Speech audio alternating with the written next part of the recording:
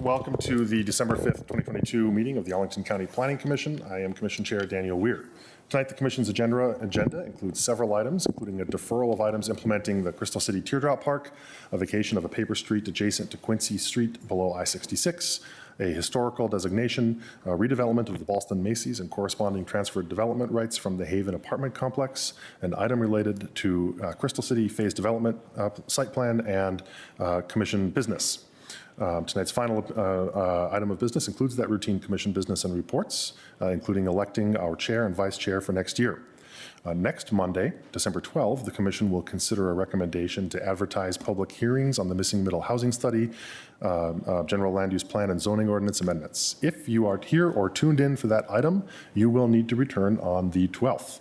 For anyone who might be here for the missing middle housing study, I do want to take the opportunity to note that next Monday's deliberations will not concern the final proposal on missing middle housing reforms, but instead a proposal to advertise the hearings at which any proposed changes to the zoning ordinance or general land use plan would be considered. Time per speaker may be adjusted in order to ensure that the meeting can be completed within time constraints, and the goal will be shaping the Commission's discussion during an RTA process as far as the contours of what the board will and will not be able to consider. Again, this is just for the benefit of anyone who is tuned in for that tonight, and I hope you enjoy the rest of your evening. I'll see you next week. I would like to share a few logistical points for those members or commissioners participating remotely. Tonight's meeting is available as a broadcast with closed captioning on Comcast Xfinity channels 25 and 1085, Verizon Fios channels 39 and 40, and the county website. Audio of tonight's meeting is available via phone. If commissioners, presenters, or speakers lose internet connectivity during tonight's meeting, please reconnect with us by phone. I understand that a number was circulated with the team's invite, and registered speakers have received Ms. Martin's telephone number in their speaker registration confirmation. For other presenters and speakers joining us through Microsoft Teams, please keep your phones and devices muted until you are called upon. Please turn off sound to any devices around you to minimize interference, and please keep your cameras off until the clerk calls on you to speak. When called upon to speak, please unmute yourself by clicking on the microphone icon that is located on your meeting command bar. The moderator does not have the ability to unmute you. Once you have spoken, please turn your cameras off. If you are dialing in by phone, press *6 to unmute. Public speakers, you will be called upon by the clerk at an assigned time. Pre-registration at tonight's hearing was required, and we are not able to accommodate additional speakers. Public commenters tonight will have 3 minutes to comment as individuals and 5 minutes to speak if representing an organization, and a speaking timer will be displayed on screen by the clerk. If you are dialing in by phone and unable to see the screen, we will provide an audible warning when 30 seconds are remaining. You will be muted when your time has expired. The meeting chat is active for presenters or commissioners who need technical assistance only. Please do not use the meeting chat for discussion, for public comment, for questions about agenda items, or requests for more information. All public comment must be shared verbally for the record during the assigned public testimony period. And finally, tonight is a public forum. Tonight's meeting will be recorded and posted to the county website, and all information associated with tonight's meeting, whether written or spoken, is subject to the Virginia Freedom of Information Act. As a ministerial matter, for attendance, we have 2 commissioners who are joining us remotely for medical reasons, Commissioner Lantelmi and Commissioner Gieren. We will be joined in person later this evening by both Commissioner Steinberger and Commissioner Hughes. With that, Madam Clerk, will you please call our first item?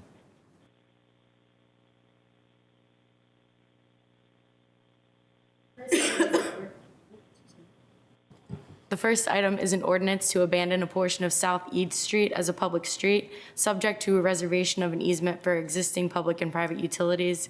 Such portion of the street dedicated to the county and deed book 271 at page 326, containing 12,076 square feet, running north to south between Army Navy Drive and 12th Street South, and located between the eastern 17 and 1/2 foot portion of South Eads Street and Parcel F, Pentagon Industrial Center, RPC 35-003-437, adjacent to a previously vacated portion of South Eads Street and property known as Land Unit B, 411th Street South Condominium, RPC number 35-001-028 with conditions.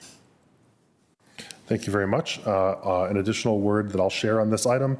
The Planning Commission was initially going to hear several items tonight for implementing Arlington Junction Park, including a general land use plan amendment, rezoning, and a vacation ordinance.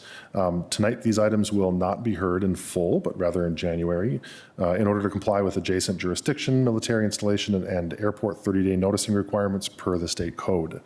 So these items will be re-advertised for final consideration at the respective January 23rd, 2023 public hearings of the Commission and the County Board, or soon thereafter.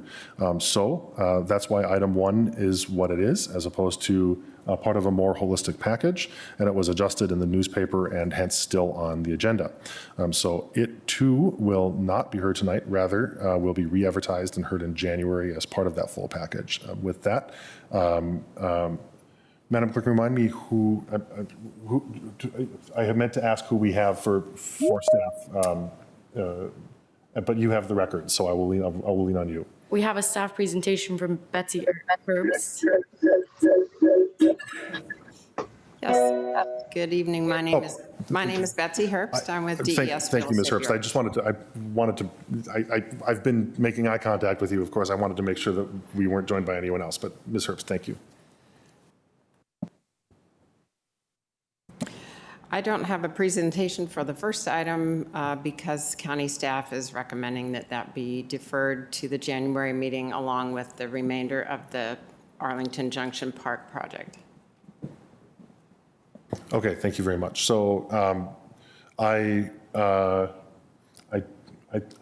want to give just commissioners really briefly an opportunity to ask any questions. Any public speakers? I'm sorry. Oh, thank you. Do we have any public speakers on this item?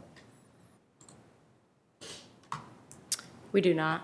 Okay, thank you. And thank you, Commissioner Schroll. Are there any questions from any commissioners or commissions represented? My notes are such, I have a whole lot of nothing on my notes, hence I skipped ahead, sorry. My notes aren't blank. They say that we have no one here, so so I believe then it would be in order to bring discussion before the commission, and I would entertain a motion. I believe we have the staff recommended motion. Mr. Chairman. To defer, yes, Commissioner Schroll. If there isn't any further discussion, I would move that the Planning Commission defer consideration of the proposed ordinance of abandonment, ordinance of vacation and deed of re-subdivision, rededication and dedication until the January 21st, 2023 County Board meeting. I second. It's been moved by Commissioner Schroll, seconded by Commissioner Patel. Commissioner Schroll, would you like to speak to your motion?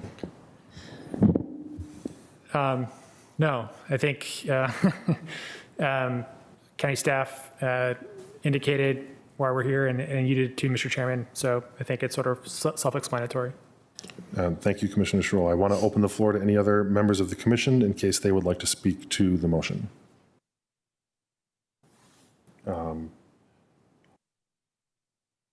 Can I confirm before I go down the roll that Commissioners Lantelmi and Guerin have both joined us remotely? I've joined you. Thank you. Yes, I'm on the line. Thank you both very much. Hearing no other discussion, Commissioner Bagley?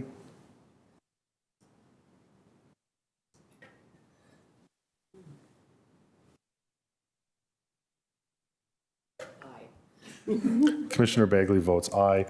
Commissioner Guerin? Aye. Commissioner Hughes will be joining us later. Commissioner Lantelmi? Aye. Commissioner Patel? Aye. Commissioner Peterson? Aye. Commissioner Sarli? Aye. Commissioner Schroll? Aye. Commissioner Steinberger will be joining us later this evening. I vote aye as well. The motion carries 8-0. Madam Clerk, would you please call the next item? Item number 2 is an ordinance to abandon a portion of the original North Quincy Street as a public street, subject to a reservation of an easement for existing public and private utilities. Such portion of the street dedicated as a public street in Deed Book 174 at page 494, containing 15,469 square feet, running generally north to south between I-66, Custis Memorial Parkway, and 14th Street North, located adjacent to Parcel A, Quincy View, RPC number 15-040-076, with conditions. Thank you, Madam Clerk. I believe, Ms. Herbst, I believe that we're going to you again as well. Is that right?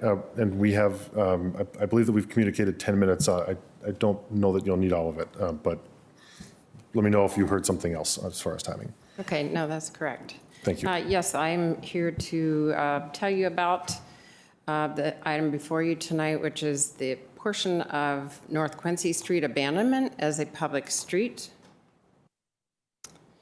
This is coming to you as a request by the county manager to abandon an original portion of North Quincy Street to conform with the existing master transportation plan. This original portion of North Quincy Street right-of-way was dedicated about 100 years ago and is no longer designated as a public street on the MTP since the construction of the Quincy Bridge and I-66 quite a number of years ago. This abandonment will allow the installation of a 7-foot-high fence at the west side of the art bus parking area versus the 4-foot-high limit that's adjacent to the current right-of-way. Federal regulations require that taller fence for bus security, but based on the fact that the current right-of-way is closer to the fence, it's limited to the 4 feet tall. And so by abandoning the right-of-way, that would allow the fence to be raised to a 7-foot-high fence to conform with the federal requirements. Currently, the area is being used as an entryway, and it has a grassy area, and that grassy area will remain as is, no changes to it. The abandonment will be subject to a reservation for an easement for public utilities and private utilities of the utilities that are currently existing. This is an ortho photograph showing where the area of abandonment is being requested, and as you can see, the paper street leads up to the edge of I-66, and it doesn't match where the bridge is, where the current travelway is currently located. This diagram here shows you the MTP, the yellow area, or the yellow street is the physically constructed North Quincy Street. It is a type E arterial street shown in yellow. And as you can see, the original portion is not showing at all on the MTP.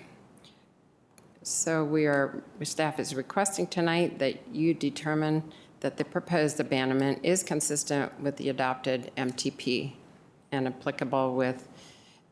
consistent with the comprehensive plan or the applicable part thereof, which would be the MTP.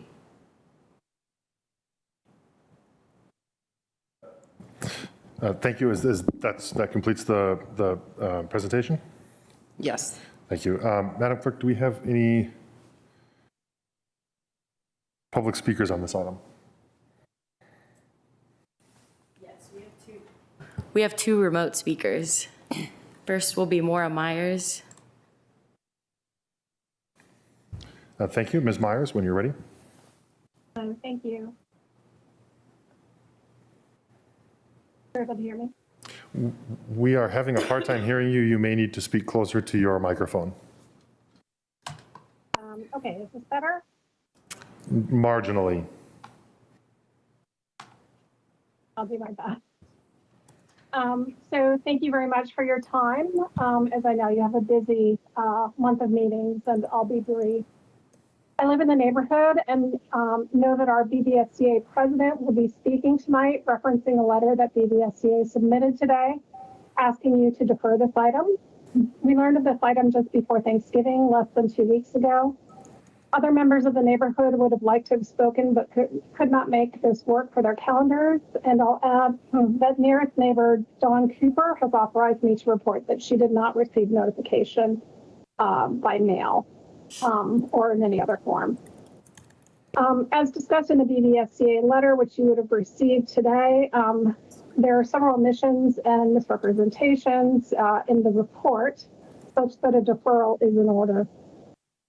This would also enable you, if you're able to defer, this will enable you to more closely review the concerns elaborated in the BVSCA letter and give staff an opportunity to revise the letter or their reports. The application references the adjacent property and its zoning, what is known as the Quincy site. As you might know, related to the Quincy site, this is the first time in about 7 years since the option agreement was made on the Quincy site that our matter has come before the Planning Commission. It is both unfortunate and surprising that we have not benefited from your reviews and guidance, given how the county has been using the site in the right-of-way area. Relatedly, I note that in the recently approved CIP, there is something referred to as site plan operational that has been budgeted. We're not sure what site plan operational means and what the Planning Commission's role will be in it, but hope that the site finally gets the commission and community review that it deserves. Speaking of the application, if as characterized, this is simply an administrative cleanup action with broader implications, without broader implications for the neighborhood, there should be no issue in waiting a month or so if you would defer. After all, the new Quincy Street has been in place since sometime in the late 70s, early 1980s, and there's been no cleanup action occurring in that intervening period. So we don't think that a month or so to look at this more closely should be problematic. And if the county needs to install a higher fence, like any other property owner in Arlington would experience when encountering a similar situation, the county could simply move the fence to a location within their property with the setbacks that would allow for a 7-foot fence. So again, I'm asking you to please defer, send this back to staff. BVSCA President Jim Rosen will be speaking tonight, and thank you and happy holidays. Sorry about the audio. Thank you, Ms. Myers. Mr. Rosen. Hey there, can you hear and see me okay? I can hear you. I don't know that we can see you yet. Okay, I'll start speaking and maybe I'll magically appear. Anyway, good evening and thank you for allowing me to We can see you now, by the way. Sorry. speak tonight. Okay. My name is Jim Rosen. I'm here in my role as president of the Ballston, Virginia Square Civic Association, whose boundaries include the Quincy site that my neighbor just referred to. And our goal as a civic association is to protect and promote the welfare of the neighborhood. And it is with that in mind that I am here on behalf of the executive committee to request that you put off consideration of the application for abandonment of the old North Quincy Street right-of-way. The letter that we sent you earlier today gives a lot of detail on the reasons we are requesting this deferral. My neighbor Mariah just referred to some of those. Basically, it comes down to two things. First, while the application makes it seem like the proposed abandonment is just a minor sort of administrative cleanup, in fact, the action could result in some really bad outcomes for the neighbors and for the neighborhood. And second, the application leaves out a lot of very relevant information about the Quincy site. In particular, it fails to mention the actions that the county board took in May related to placement of the Arlington Public Schools White Fleet and the 29 art buses that are now located there. The board took those very significant actions, by the way, without any involvement or oversight from the Planning Commission. So our hope is that you carefully consider the information that we provided in our letter and this testimony, and you send this application back to the county manager, directing him to submit a revised application that addresses these concerns. Thank you. Thank you, Mr. Rosen. Do we have any representatives of any other commissions present? Thank you. So I am going to take privilege as chair to just say very quickly that to take a moment to acknowledge that there are several concerns that we've heard from public commenters and from the Ballston, Virginia Square Civic Association. And it is quite clear to us, to me anyway, and I'm confident to other members of the commission that the concerns are deeply felt. But it does seem to me that the scope of the issues before us are limited to the reconciliation of the existing real estate boundaries and the master transportation plan. And so with that, I am going to begin our discussion by going to Commissioner Lantelmi for a motion.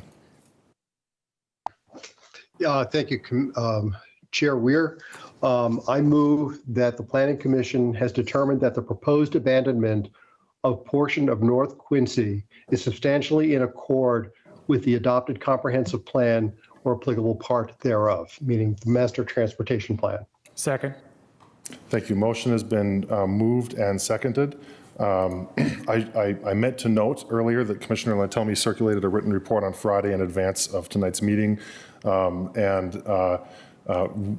we'll do now is we'll have any discussion amongst the commission or opportunities to ask questions within the context of the motion that is on the floor.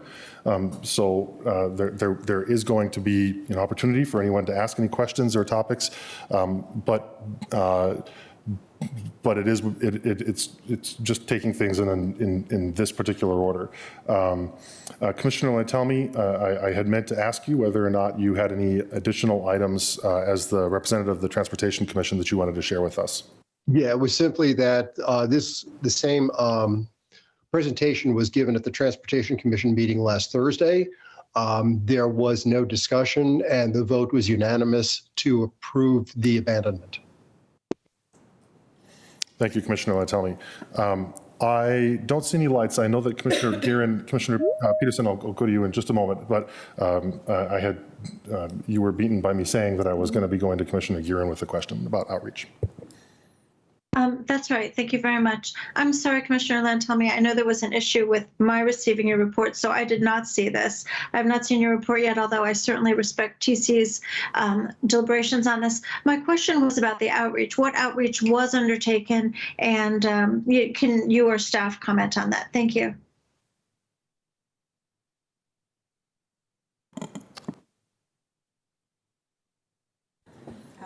Outreach. I'm sorry, what was the question was about? What outreach was? Yes, I'm asking about outreach because the community said they didn't hear anything. Do we normally give the community an opportunity to weigh in on something like this? And was there outreach, or do we normally not? And so there wasn't any. I would just like a better understanding of that, given that seems to be the focus of the community's concern. Thank you. There's not normally outreach to the community other than the required notification, the publication in the newspaper, which was done for this item. And it has been staff's policy to request applicants for these types of things to notify the Civic Association, which I did on behalf of the county, was to, by email, notify the Civic Association. We also, which is our policy, to have applicants send letters to surrounding property owners, and that's pretty limited in terms of, immediately surrounding. It's not a broad interpretation. So in this case, there was a letter sent to the owner at the corner of North 14th Street and Quincy Street, and the other owner, obviously, is the county and the school across the street. Thank you very much. And just now for Commissioner Lantelmi, can you just weigh in on TC's interpretation of all of that? This is very helpful for me. Thank you. Yes, this comports with the master transportation plan. That portion of Quincy Street had been removed from the MTP decades ago. So it is no longer on the master transportation plan, thus abandoning it is consistent with the comp plan and the MTP component of the comp plan. Thank you very much. Commissioner Peterson, I believe you were next. Thank you. Ms. Hurst, the community and the civic associations have raised some concerns here. Do you feel that their concerns are valid, but we need to proceed with this anyway because it's important for the fence? Or do you feel like maybe there's some miscommunication about what this change that we're talking about tonight is actually going, how it may impact them? I think that's probably the case, that there's a misinterpretation. This item is just regarding the abandonment of the street right-of-way. We're not here discussing the use of the Quincy site. Thank you. Those issues were discussed in June in terms of the temporary use for the art bus parking and the White Fleet parking. Thank you very much. Thank you, Commissioner Peterson and Ms. Herbst. Are there any other, Commissioner Bagley? That's always the catch, isn't it?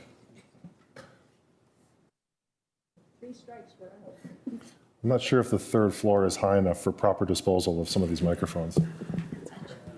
You're on. Oh, I'm on. Okay, good, thank you. All right.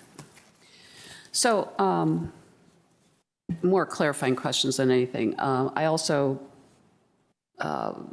agree with Commissioner Giron in her question as to the time frame here, knowing the sensitivities in that neighborhood about this piece.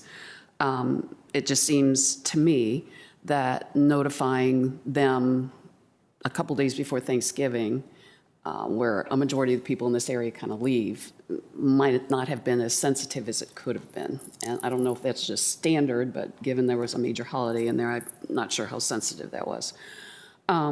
Notifications in newspapers, maybe we need to revisit that a little bit, just down the road. That's a statutory requirement. Oh, okay, So thank you. It Okay, may be thank you for somewhat clarifying that. outdated. Okay. But that's the. Your slide that indicated one of the things that you need to do this for was to put the fence up immediately plays into the neighbor's concern that this has something to do with the other. So my question is, again, is this just going to be a temporary use of the fence because it is a temporary sighting of the buses, so that 7-foot fence, or would it stay there after the buses are No, gone? it's solely for the buses, and there currently is a 4-foot-high fence already installed along that stretch. So the intent would be just to be able to install a 7-foot-high fence, which the other 3 sides are currently installed at that height. Okay, now, are the fences scheduled to come down at the conclusion of the temporary use for the Yes. buses? Okay. Yes. All right, and does this conflict at all with the covenant that is there? No, the covenant applies to the back side of the Quincy site, and this is obviously along the street frontage. Okay. Again, it's in my neighborhood. There's a history, which I know we won't go through tonight, a big history here. I just think some sensitivity could have been applied to this in terms of timeframes. Thank you. Thank you, Commissioner Bagley, for raising those items. Are there any other questions or comments? Anyone wish to speak to the motion? Commissioner Giron or Lantelmi, affirmatively asking you because I don't. No, I have nothing further. You're good? Yes, I appreciate the discussion and the clarification, especially Commissioner Bagley's. I concur. I wonder if we could do a little bit better in these communities that are seeing a lot of development and being sensitive to the time frame, but I do appreciate the clarification. Thank you both. Thank you, Commissioner Giron. Commissioner Lantelmi, I think I heard you say you were good. Yeah, I have nothing further to add. All right, thank you. So with that, I believe that it would be in order to go to the roll. Commissioner Bagley, we'll start with you. Aye. Commissioner Giron? Aye. Commissioner Hughes will be joining us later. Commissioner Lantelmi? Aye. Commissioner Patel? Aye. Commissioner Peterson? Aye. Commissioner Sarli? Aye. Commissioner Schroll? Aye. Commissioner Steinberger will be joining us later. And I vote aye. Motion carries.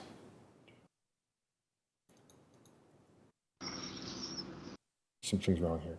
Motion carries, I think got it. Motion carries 8-0. Madam Clerk, are there any other motions on this item? Thank you. Madam Clerk, will you please call the next item? Item 3 is Z-2629-22-1HD, consideration of the enactment of an ordinance pursuant to Arlington County Zoning Ordinance, Section 11.3, to designate Anderson House and Lot located at 3500 14th Street North property as an Arlington Historic Preservation Overlay District, and which district boundary shall include the entire property identified as RPC number 15-081-026, and the adoption of associated historic district design guidelines. This ordinance would make the property subject to Arlington County Zoning Ordinance, Section 11.3 and Section 15.7. And we have a staff presentation by Serena Bollinger and Cynthia Leches Torres.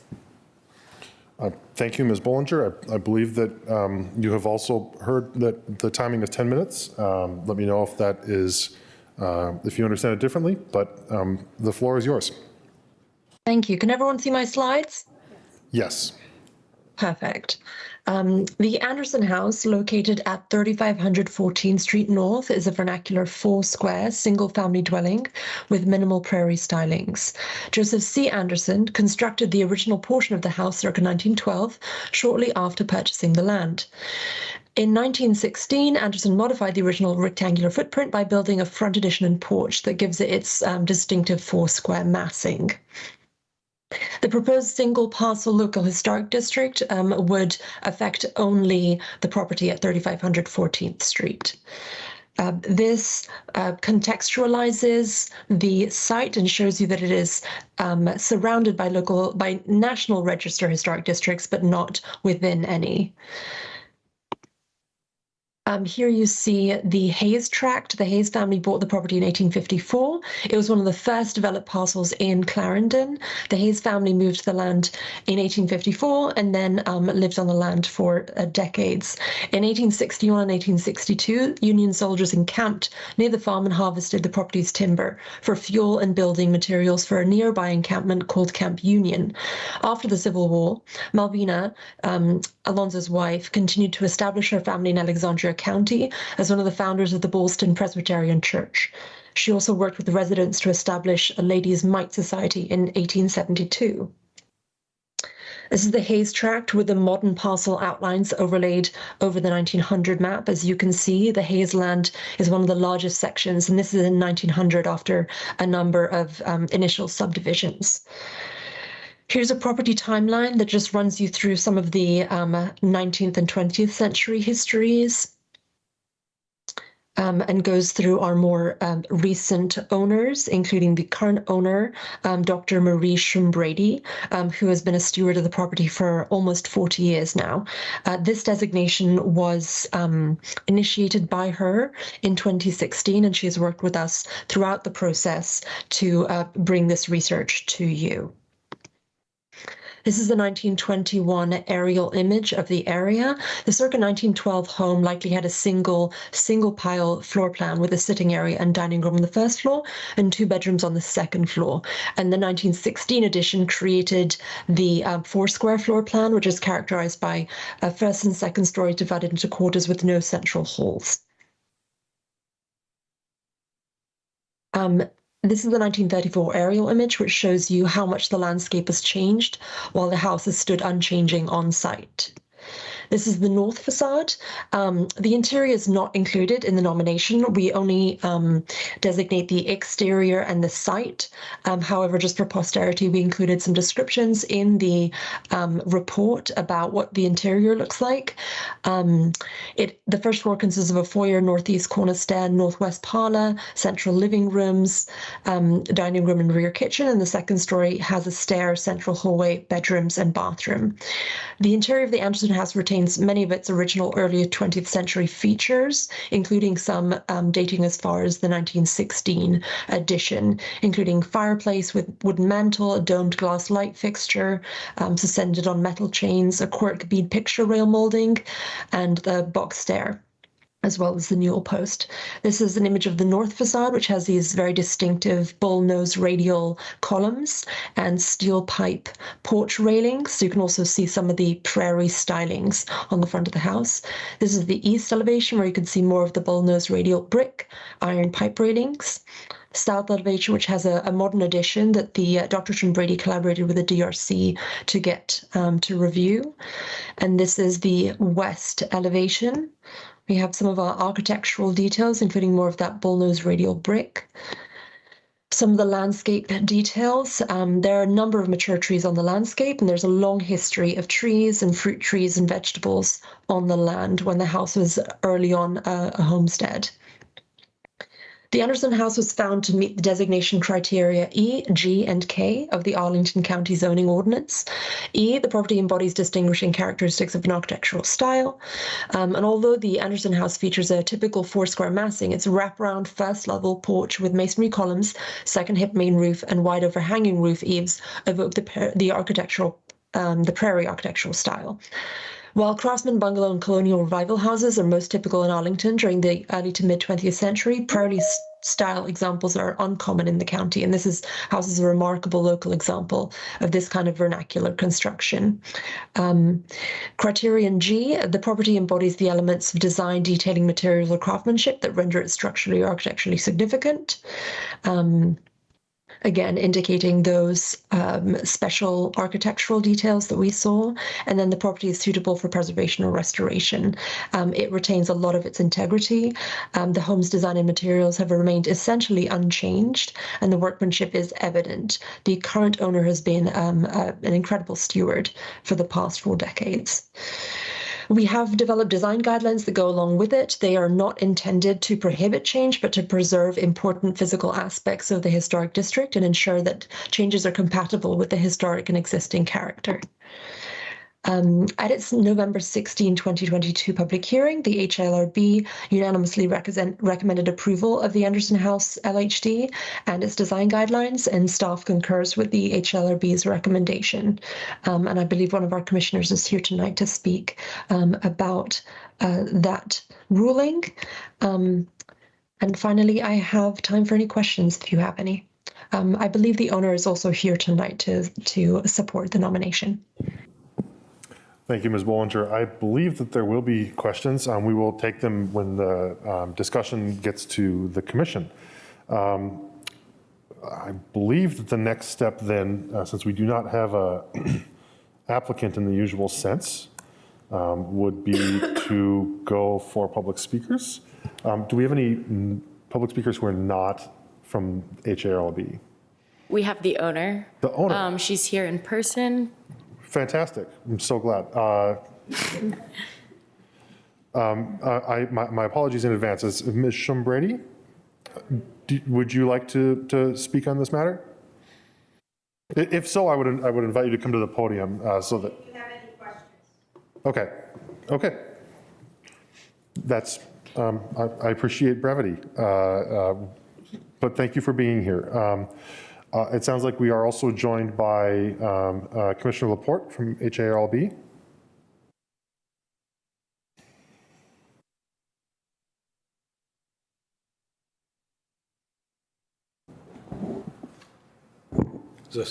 Thank you for joining us. Yeah, thank you. Thank you, commissioners, for allowing me to speak this evening. My name is Jerry Laporte. It's a pleasure to appear before you as a member and a representative of the HLRB, and that is the Arlington County Historical Affairs and Landmark Review Board, in support of the proposed designation of Anderson House at 3500 14th Street North as an Arlington County Historic District. At its meeting and public hearing on November 16, 2022, the HLRB unanimously and enthusiastically recommended that the Anderson House be designated as an Arlington County Local Historic District. The HLRB found that Anderson House met 3 of the 11 criteria listed in the Arlington County Zoning Ordinance for designation as a local district. Members of the HLRB were extremely enthusiastic about the proposed designation for a variety of reasons. For one, Anderson House is a distinctive, attractive, well-maintained property that has delighted the eyes of passerbys for generations. Its unique bullnose brick facade and with rounded corners and columned front porch capture our imagination. Its location on a residential street that's a popular pedestrian walking and bicycling path allows us to savor its attributes as we slowly pass by. In case some of you aren't aware, 14th Street in this area serves as a pedestrian and bicycle-friendly alternative to busy Washington Boulevard, which is directly to its south. So a lot of people pass by this house every day, even though it is a pedestrian street, including students who are walking to and from Washington Liberty High School, which is just a few blocks down the street. They use this as an alternative to walking on Washington Boulevard because it's a nice street. The preservation of Anderson House will allow us to tell the story of Arlington better and thus help us in our community building, which is the lodestar of good historic preservation as public policy. Anderson House was built on a relatively large 0.79 acre lot sold off by the Hayes family to the Anderson family in 1911. The Hayes family had acquired their original 66-acre landholding from the Ball family, a member of the Ball family, after whom Ballston is named in 1854. Nearby Clarendon had been named and dedicated in 1900, just 11 years before the Andersons acquired the building lot, which was 4 years after the arrival of the electric trolley in Clarendon in 1896. So the trolley's arrival triggered the beginning of the development in Clarendon as a trolley car suburb of Washington, D.C., but with smaller lots than the Anderson house lot, which was a few blocks away. So in some ways, Anderson House is sort of a model or example of what we currently think of as suburban living, because this was a large lot outside the small new town of Clarendon. So it's important that it came to be, this is an example of a good historical example of how Arlington was urbanized in its early days, just during and after World War I. On behalf of the HLRB, I'd like to publicly recognize and thank Dr. Marie Shum-Brady, who's here tonight, the owner of our Anderson House, which she has offered for local historic designation. Most owners of private properties don't go this far and do this. So we're lucky to have Dr. Shum-Brady do this for us. Arlington owes her a debt of gratitude for this unselfish act and for her stewardship of this historic property over many years. We are all the beneficiaries of her work and her magnanimity. Thank you for the opportunity to appear before you this evening. I'm prepared to answer any questions you may have. Thank you, Commissioner Laporte. I do not believe that we have any committee reports on this. I'm looking around. Yeah, I didn't think so. So the discussion is then with the commission. For want of a shepherded list of recommendations, I'm going to throw the floor open to any clarifying questions or comments. What I'm going to ask you to do is to plan on being called on once. And this will be a practice warm up for how we're going to do our next item of business. So I'm not seeing any hands. I think that it's great. Commissioner Gearan, Commissioner Lantelmi? No, nothing here. Nothing here, thank you. Commissioner Steinberger?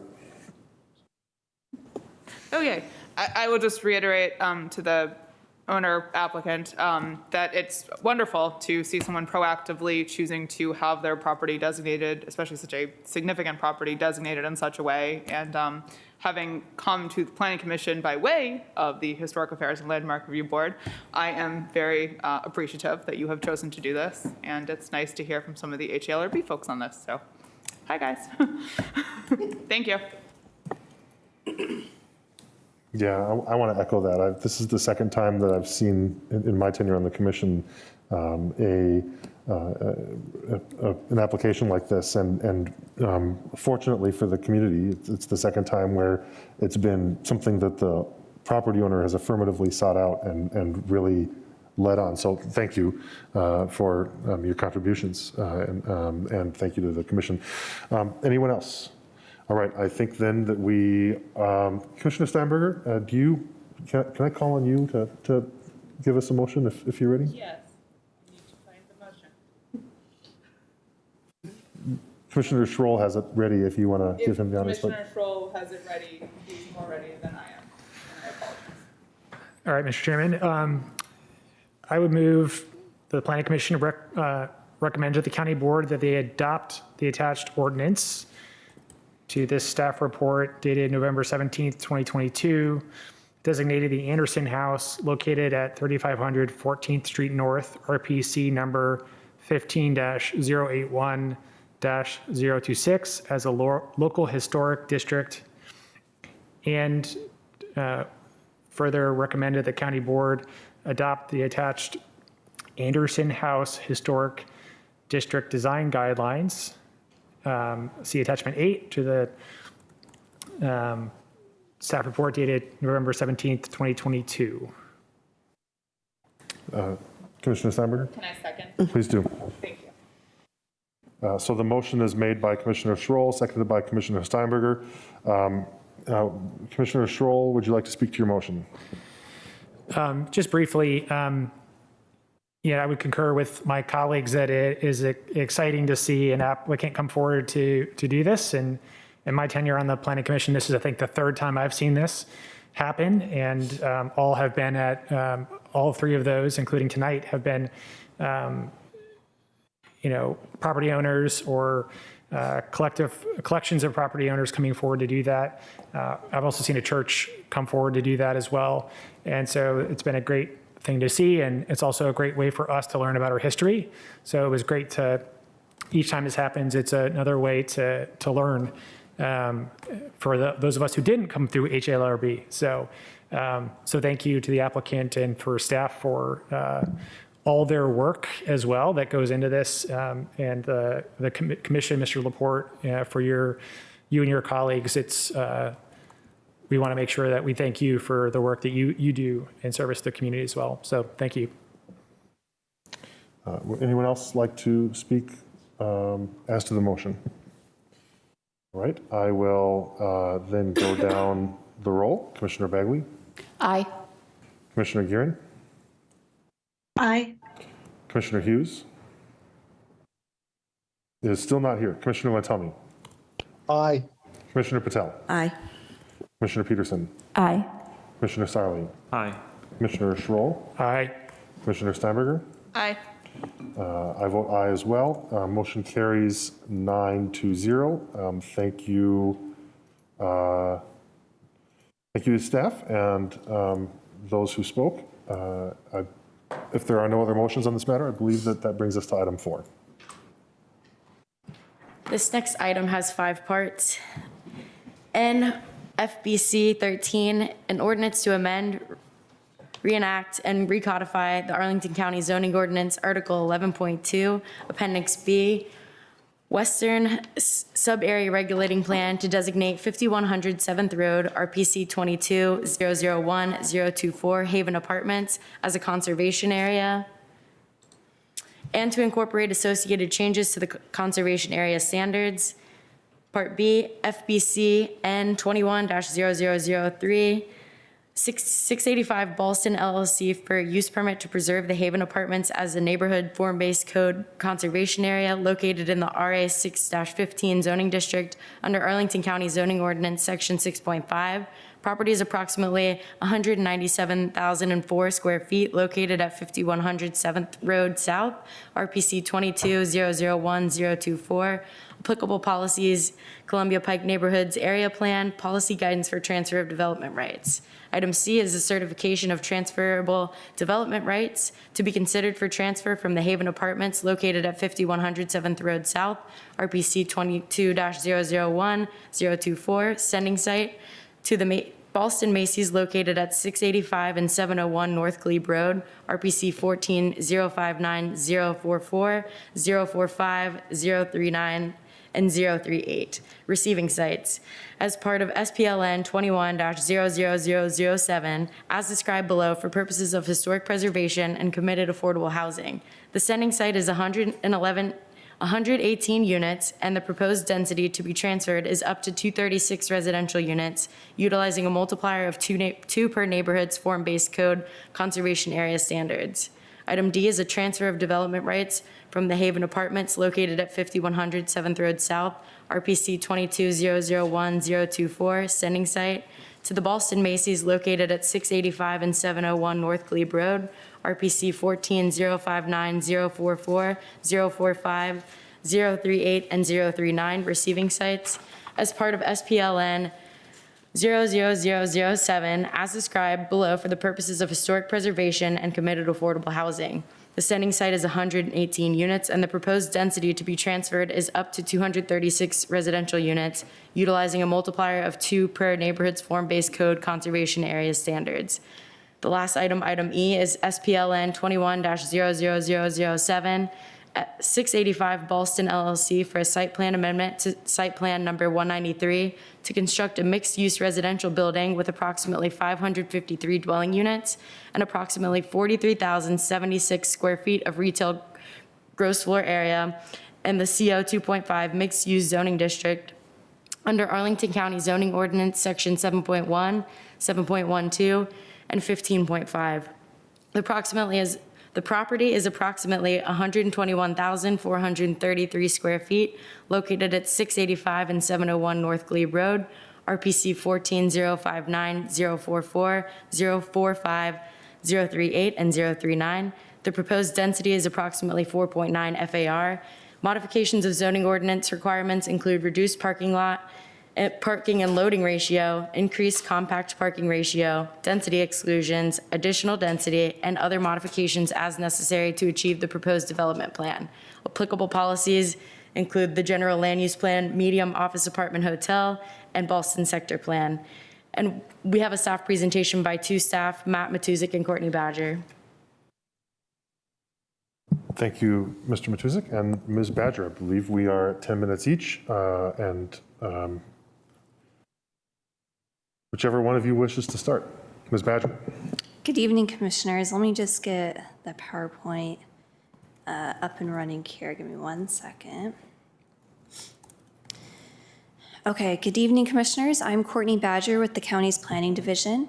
And tonight you'll be hearing a package of 5 actions related to the Haven Apartments in Ballston Macy's project. The items are grouped geographically and will be presented in a sequential order that's necessary to facilitate all components and redevelopment of the Ballston Macy's site. My colleague Mac Matuzik will be presenting on the Haven items, including the neighborhood's form-based code amendment, use permit, the certification of transferable density, and then I'll present on the Ballston Macy items, including the transfer of development rights in the site plan amendment. With that, I'll turn it over to Matt. Good evening, everyone. For the record, Matt Matuzik with the Planning Division. As Courtney noted, I will cover the 3 items involving the Haven Apartments near Columbia Pike before handing it back to Courtney to present the Ballston Macy's requested items. Next slide. The Haven Apartments are located within the western end of Columbia Pike corridor, specifically within the Arlington Mill neighborhood. While the site's eastern edge borders with several private properties, the Haven Apartments share frontage with multiple public right-of-ways, including 7th Road South, South Florida Street, and 8th Road South. Next slide. Due to the site's location, it's also important to first provide some broader context for the adopted policy in this area, as several earlier planning efforts helped achieve a cohesive vision for the Columbia Pike corridor. As an outcome of those earlier initiatives, the corridor's vision continues to be implemented through 2 distinct form-based codes whose boundaries are depicted on this slide. You can see on this graphic the smaller geography of the commercial form-based code, which was adopted back in 2003, and which generally applies to the commercial nodes existing between the residential areas. The Haven Apartments are subject to the neighborhood's form-based code, which was adopted in 2013, and generally applies to the multifamily sections of the corridor. The next several slides will focus on key requirements in that code as they apply to the Haven Apartments. Next slide. One of the key regulatory elements found in the neighborhood's form-based code is the regulating plan, comprised of a series of maps expressing the vision for each property eligible to redevelop in this district. The western sub-area, as depicted on this slide, represents the code's vision for the Arlington Mill and Columbia Forest neighborhoods and borders the commercial form-based code on both its east and west edges, shown here in the peach color near Columbia Pike. On this map, properties are designated by one of 4 distinct frontage types, grouped under the code's building envelope standards, each depicted through a solid color fill on the public streets surrounding each of the private properties.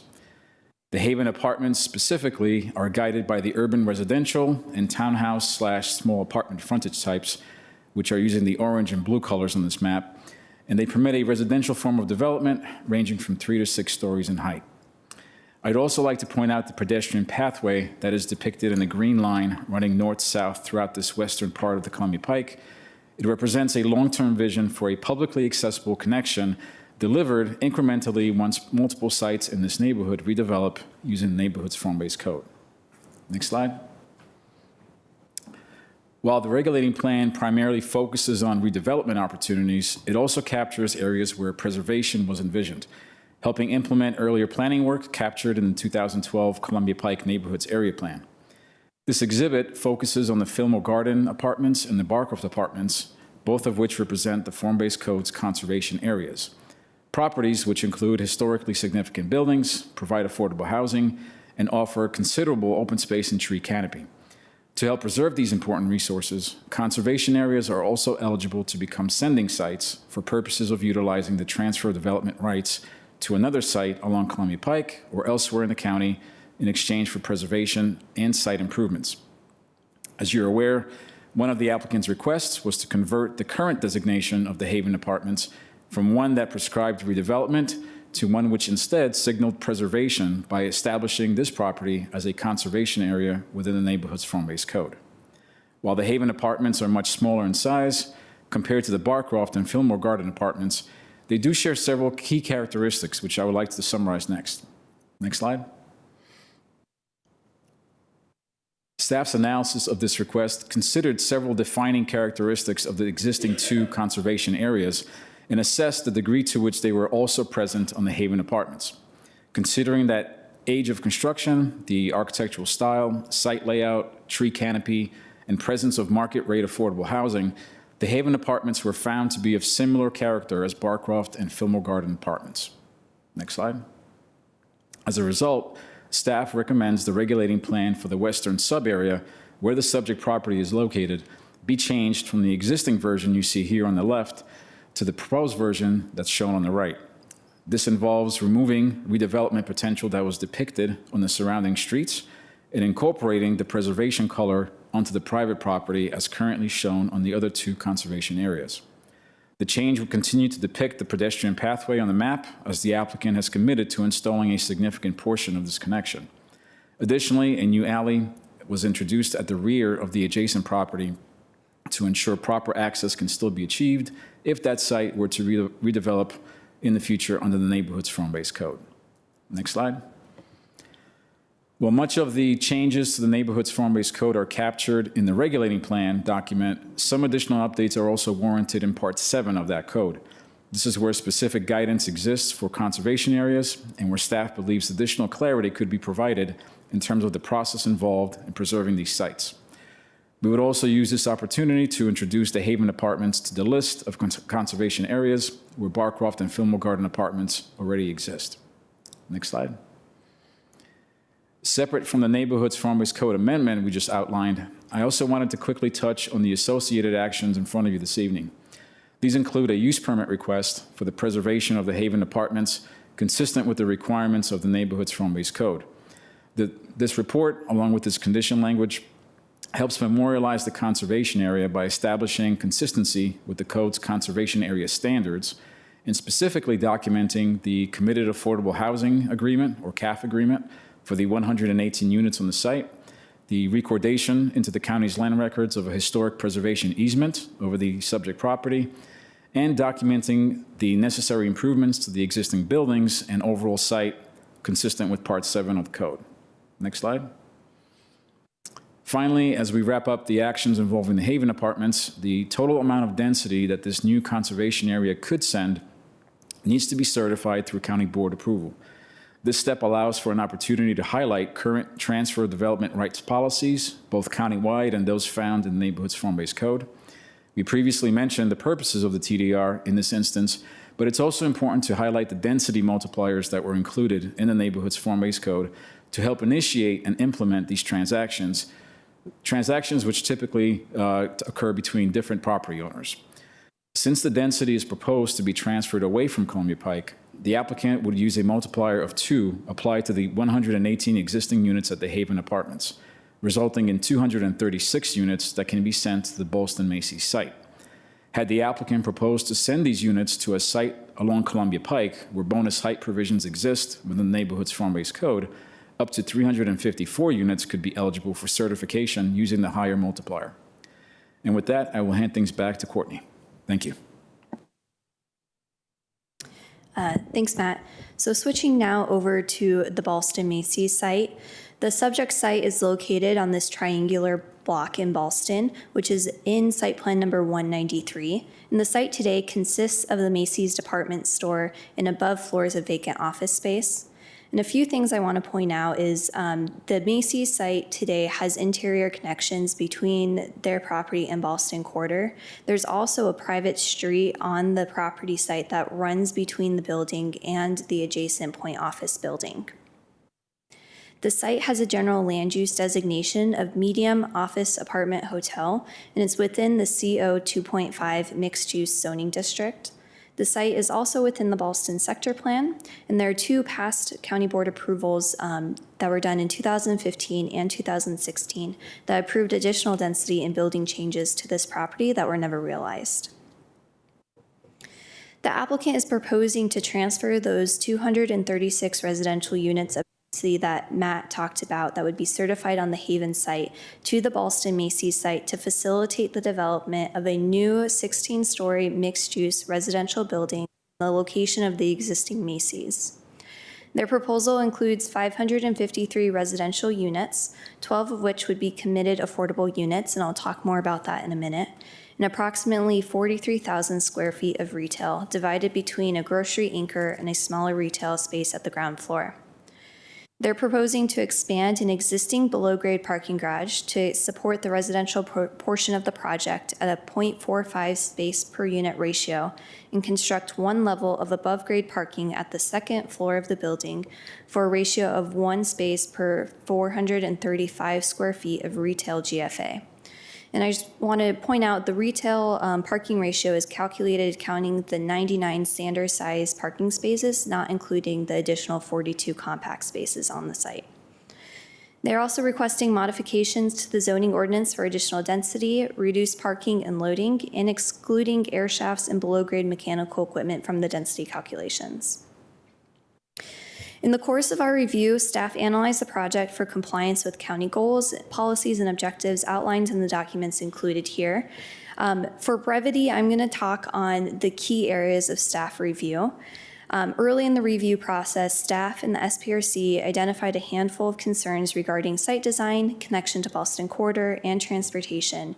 And over the past year, the applicant has worked closely with staff to address these issues and resolve them and get to a place where staff can support this project. So for the next handful of slides, I'm going to walk through what the identified issue was and what the applicant has done to resolve the issue.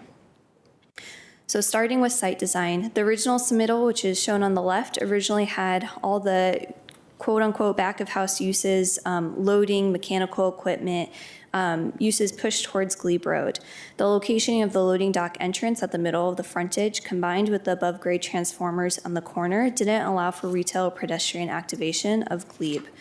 The revised plan that's before you tonight, which is shown on the right, provides an improvement to the uses along Glebe with the undergrounding of mechanical equipment, the addition of retail space, the movement of the loading dock entry, all provide for enhanced Glebe facade. The applicant also increased the number of entrances to the grocery store along Wilson Boulevard and included a connection point to Ballston Quarter.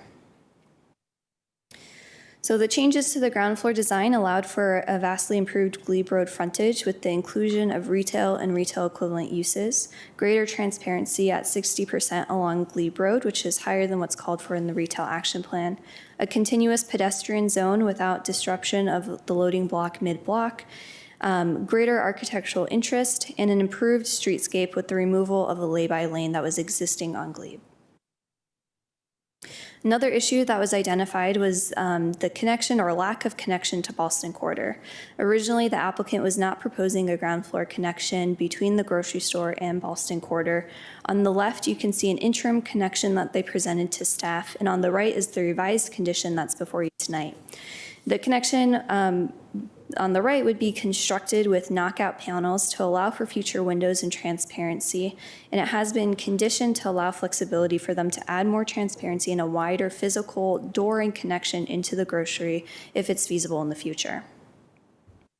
The final topic of staff's review that I'll touch on is transportation. Originally, staff highlighted 4 transportation issues, and I'm going to briefly run through each of these. Starting with the addition of the left turn lane from Glebe Road onto the private street. Staff was originally concerned about the length of the left turn pocket and requested the applicant to do an additional analysis about this movement in this intersection specifically. The applicant came back and submitted a long technical memo in response to our request, and that can be viewed on the project webpage. And that provided sufficient analysis to demonstrate that the queuing and traffic would not reach unacceptable levels during peak hours. Second, staff challenged the applicant to look at pedestrian safety at the intersection of Glebe and 7th, or Glebe and the private street. The applicant is now proposing to do certain pedestrian measures, such as having lead pedestrian intervals, allowing pedestrians to utilize the crosswalk prior to the vehicle's traffic light turning green. There will be no turn on red from the private street onto Glebe, no left turns from the private street. They are also studying the feasibility of adding a nose to the southern median of the intersection.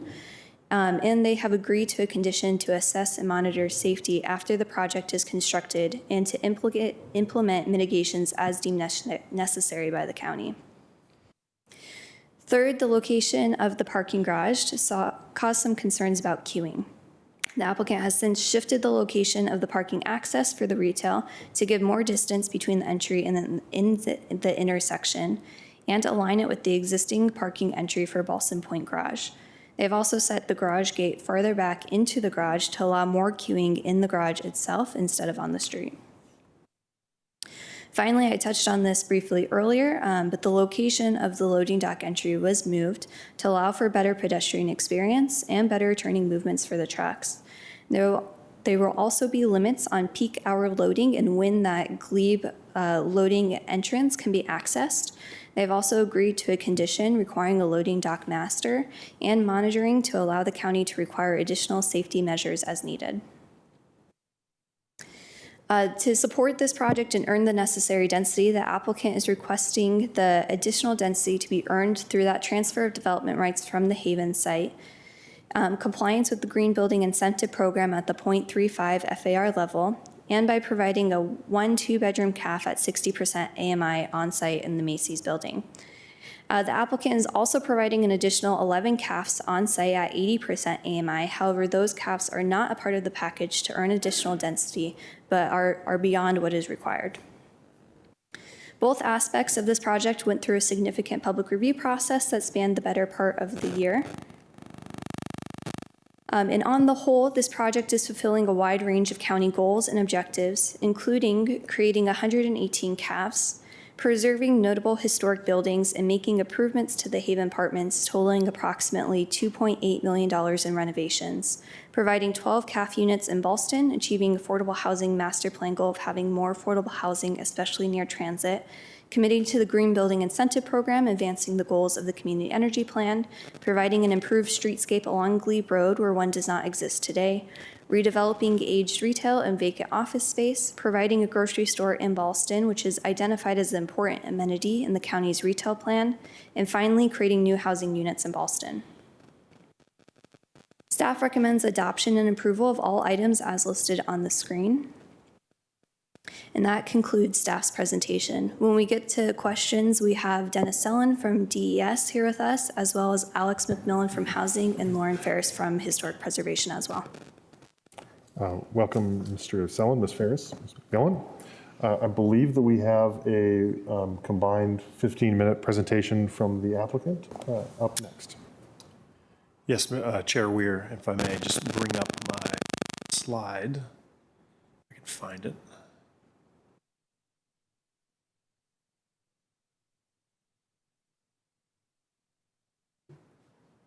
That works, okay.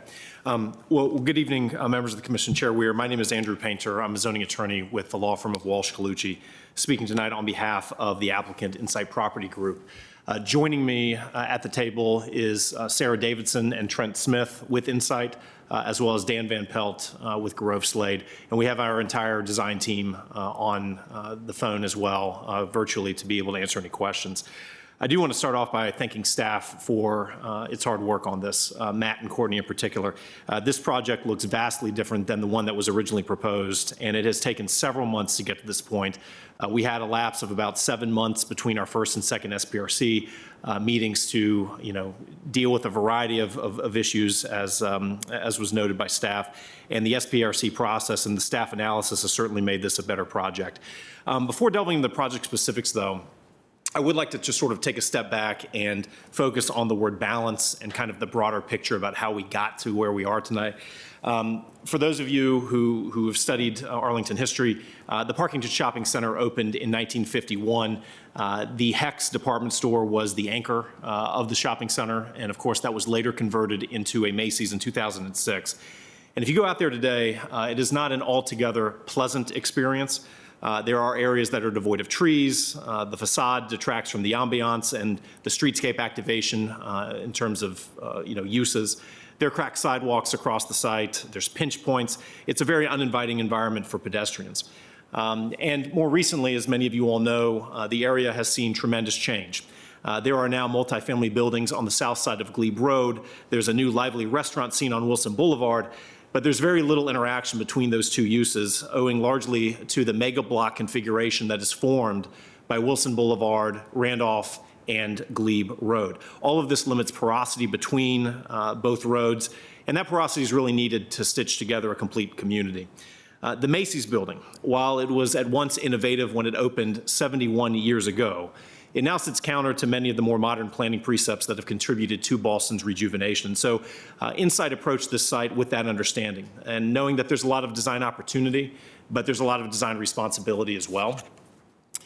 If I could also focus just on the economic development imperatives and benefits of the project for a second. It is next to impossible to secure a large format retailer to replace the Macy's, given today's retail environment. But Insight has managed to secure a national credit urban-based grocery chain for this location. Insight has actually been working for the last 9 years with this particular grocer to identify a spot in Ballston, and I believe that grocer has actually been looking even longer than that. But we are pleased to say that there is a fully signed 20-year lease in place for this grocer at this site. They are very excited to be here. And from a planning perspective, and your staff report notes this, grocers are considered to be an important amenity under the Arlington Retail Plan. The Ballston Sector Plan goes further and highlights them as a way to facilitate the creation of a dynamic downtown environment. And as it relates to Ballston Quarter, having a grocer on the ground floor with a direct connection to the mall is a boon to the mall. The county is an investor in the mall. It has struggled in recent years, but this is a way that can generate foot traffic and serve residents and workers in the mall and in nearby office buildings. Above the mall, or above the grocer, both literally and figuratively, there is a multifamily building that is being proposed, and that will fulfill the Ballston Sector Plan's goal of having a mix of uses that will drive the demand for the restaurants and retailers both in the mall and in the surrounding neighborhood. And so on our end, at least, we are also very excited about this opportunity. As Ms. Badger mentioned, we have had several discussions with Brookfield, the mall owner, and we have found a mutually acceptable way to create what we believe to be a meaningful placemaking ground floor connection interior to the mall. It will be enhanced with special lighting and planters and seating to create a gathering space at the mall's western terminus.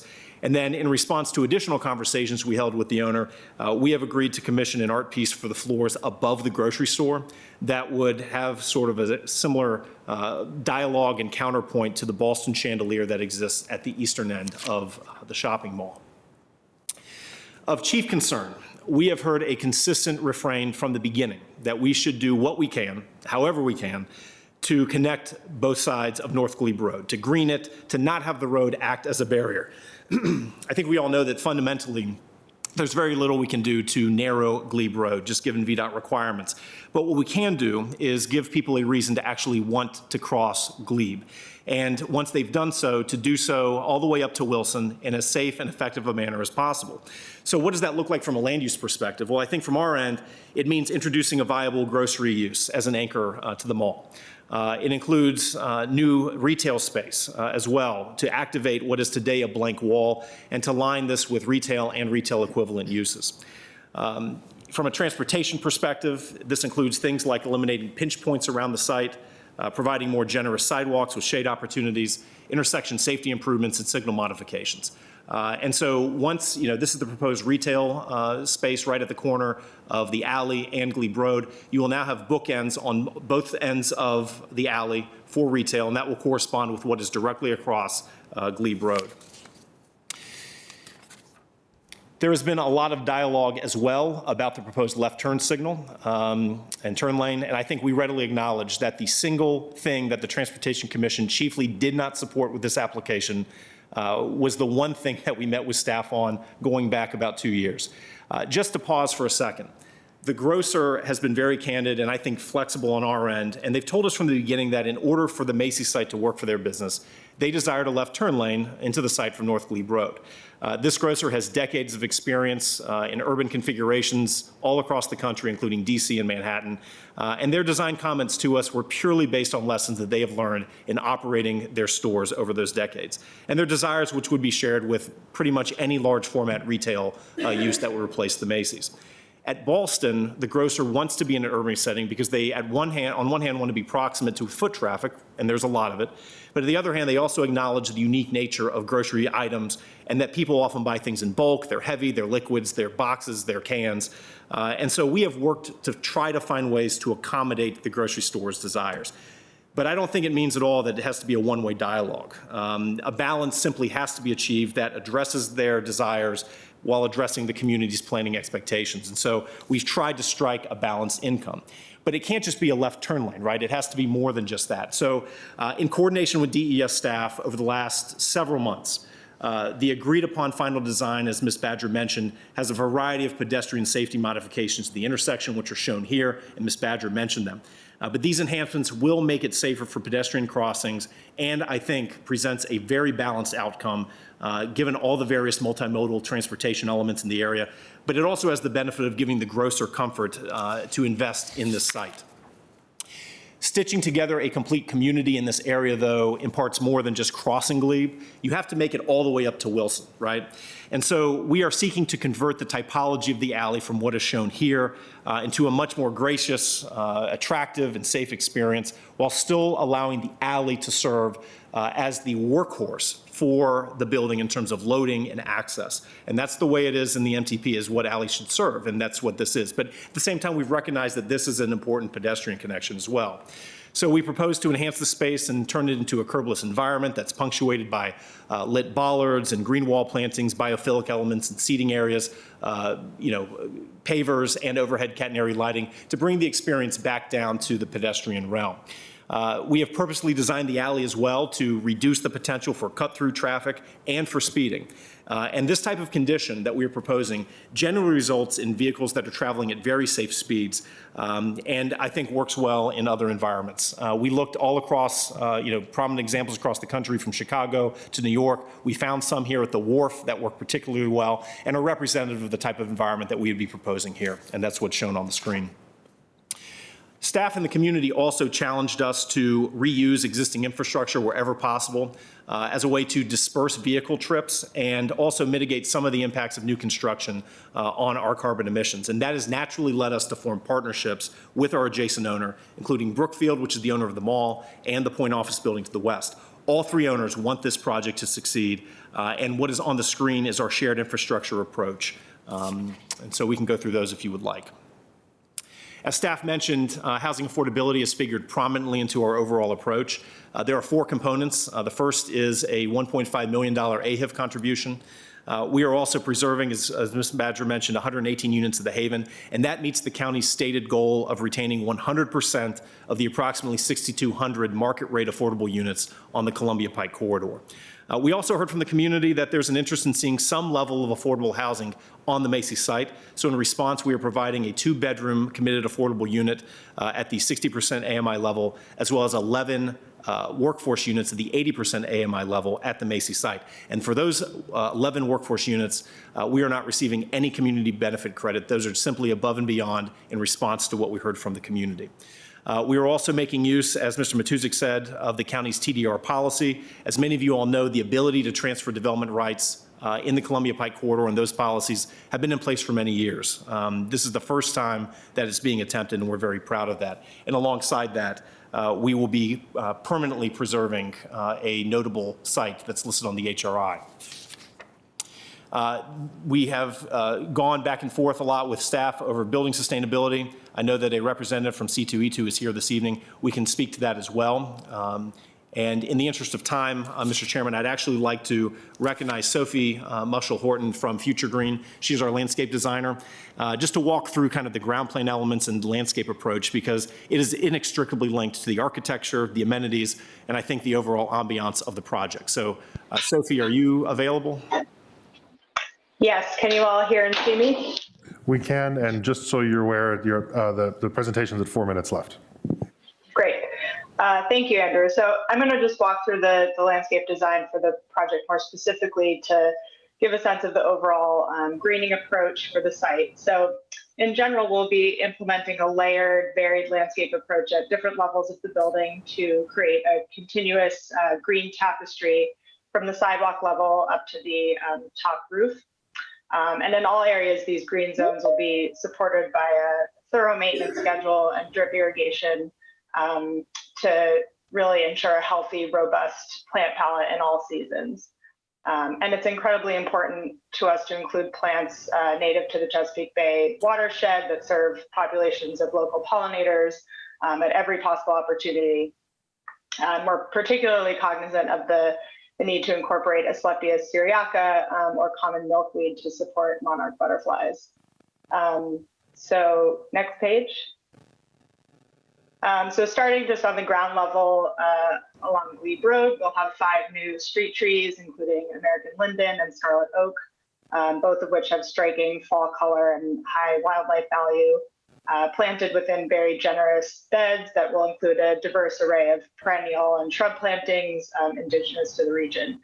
And we'll also have a built-in timber bench at the bus stop with bike racks and decorative planted pots at the building entrances.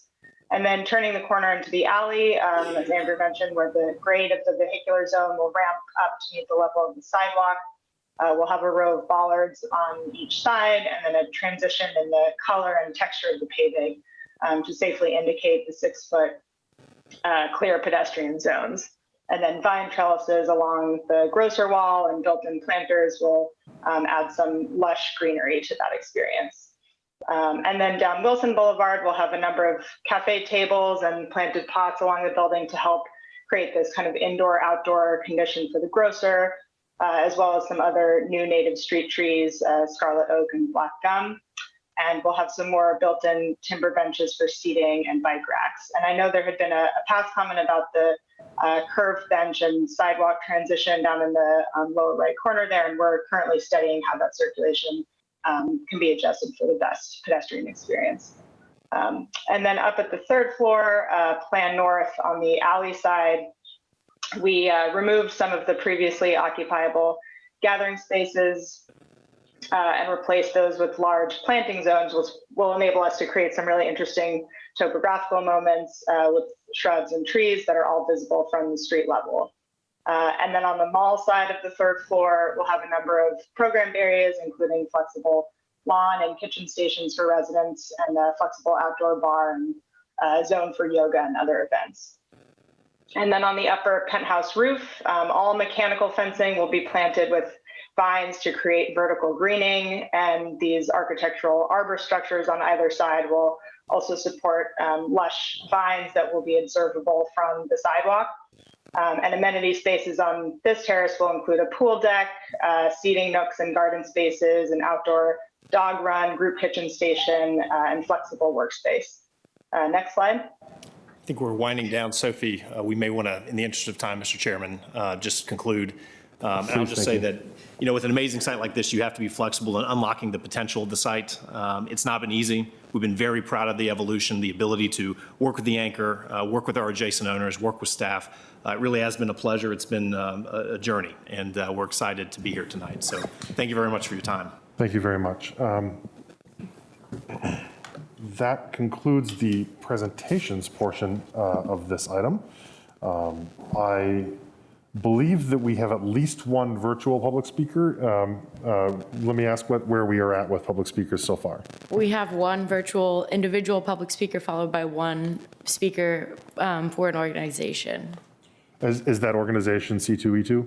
Yes. Okay, so it doesn't change anything. We'll go to the virtual public speaker individual first, and then we'll use C2E2 as our way of transitioning to our commission reports. Thank you. Our first speaker is Bernard Byrne. Hello. Do you hear me? Yes. Can you hear me? Yeah. Okay, thank you. About the only good thing about this is that the applicant is putting the common milkweed to slap the Syriaca there. That's nice to hear. However, I ask you that you recommend the county board not approve the site plan amendment to construct the mixed-use residential building at the Boston Macy's site, the transfer of density TADR from the Haven Apartments Macy's, and the designation of Haven as a conservation area. The Macy's site plan and the presentation designated the Haven as conservation area and the TDR have a number of defects. Please read my written comments if you haven't done this. These describe these in detail, which I can't do in 3 minutes. No neighborhood civic association has expressed support for the site plan, the designation of the conservation or the TDR. The Arlington Mills Civic Association, which contains the Haven, has expressed its opposition to the TDR and the preservation of the Haven. No county board advisory commissions presently support the site plan, designation of the conservation or the TDR. The Transportation Commission recommended the county board defer action on the site plan. The project will add a left turn lane to Glebe Road, endangering pedestrians crossing a busy street. The applicant has addressed this, but it's not satisfactory, as the Transportation Commissioner said. The project will also place a needless bollards in the Wilson Boulevard and Glebe Road sidewalks, thus obstructing pedestrian traffic and cyclists and creating conflicts. There's no reason to put bollards in the middle of a sidewalk. It doesn't make any sense. HLRB members stated that the Haven did not have enough historical importance to merit preservation, while the Boston Macy's project would destroy the remnants of the park and the shopping center. You don't get preservation credits when you're destroying part of a historically significant thing. If that's in the guidelines for the whole project, for the whole guidelines. The HLB did not take any votes on the Mason site plan, the preservation of the Haven or the TDR.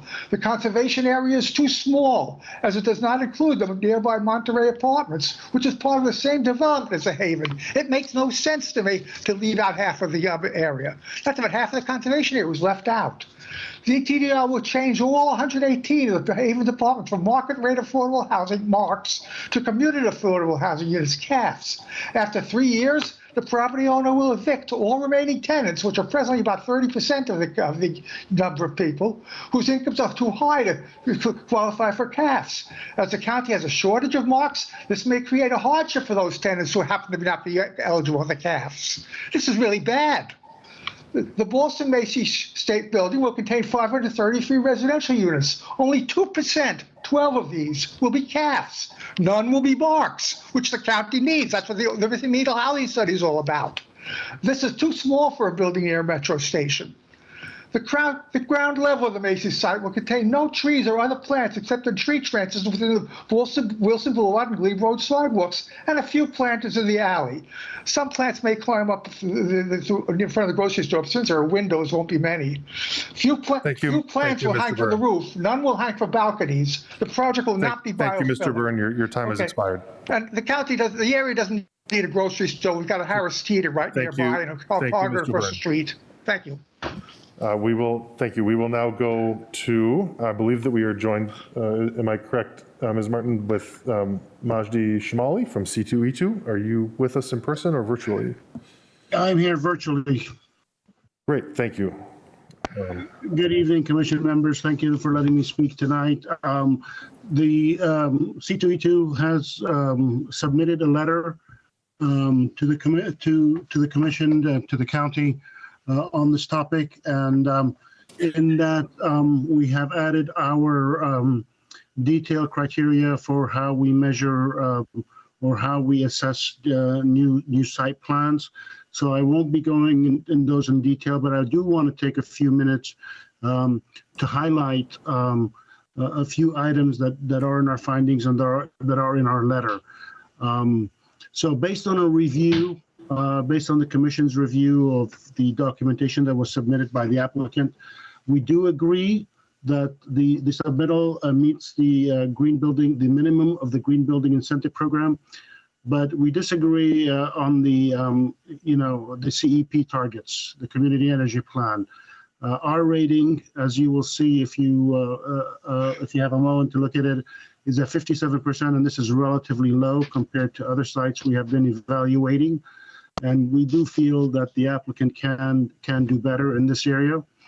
The ability of Arlington County to meet the CEP targets, which are not too far away and certainly within the lifetime of this building, depend greatly on four factors: making the building highly efficient, making it electric or electric ready to the extent possible, the use of renewable energy, and minimizing the total carbon footprint.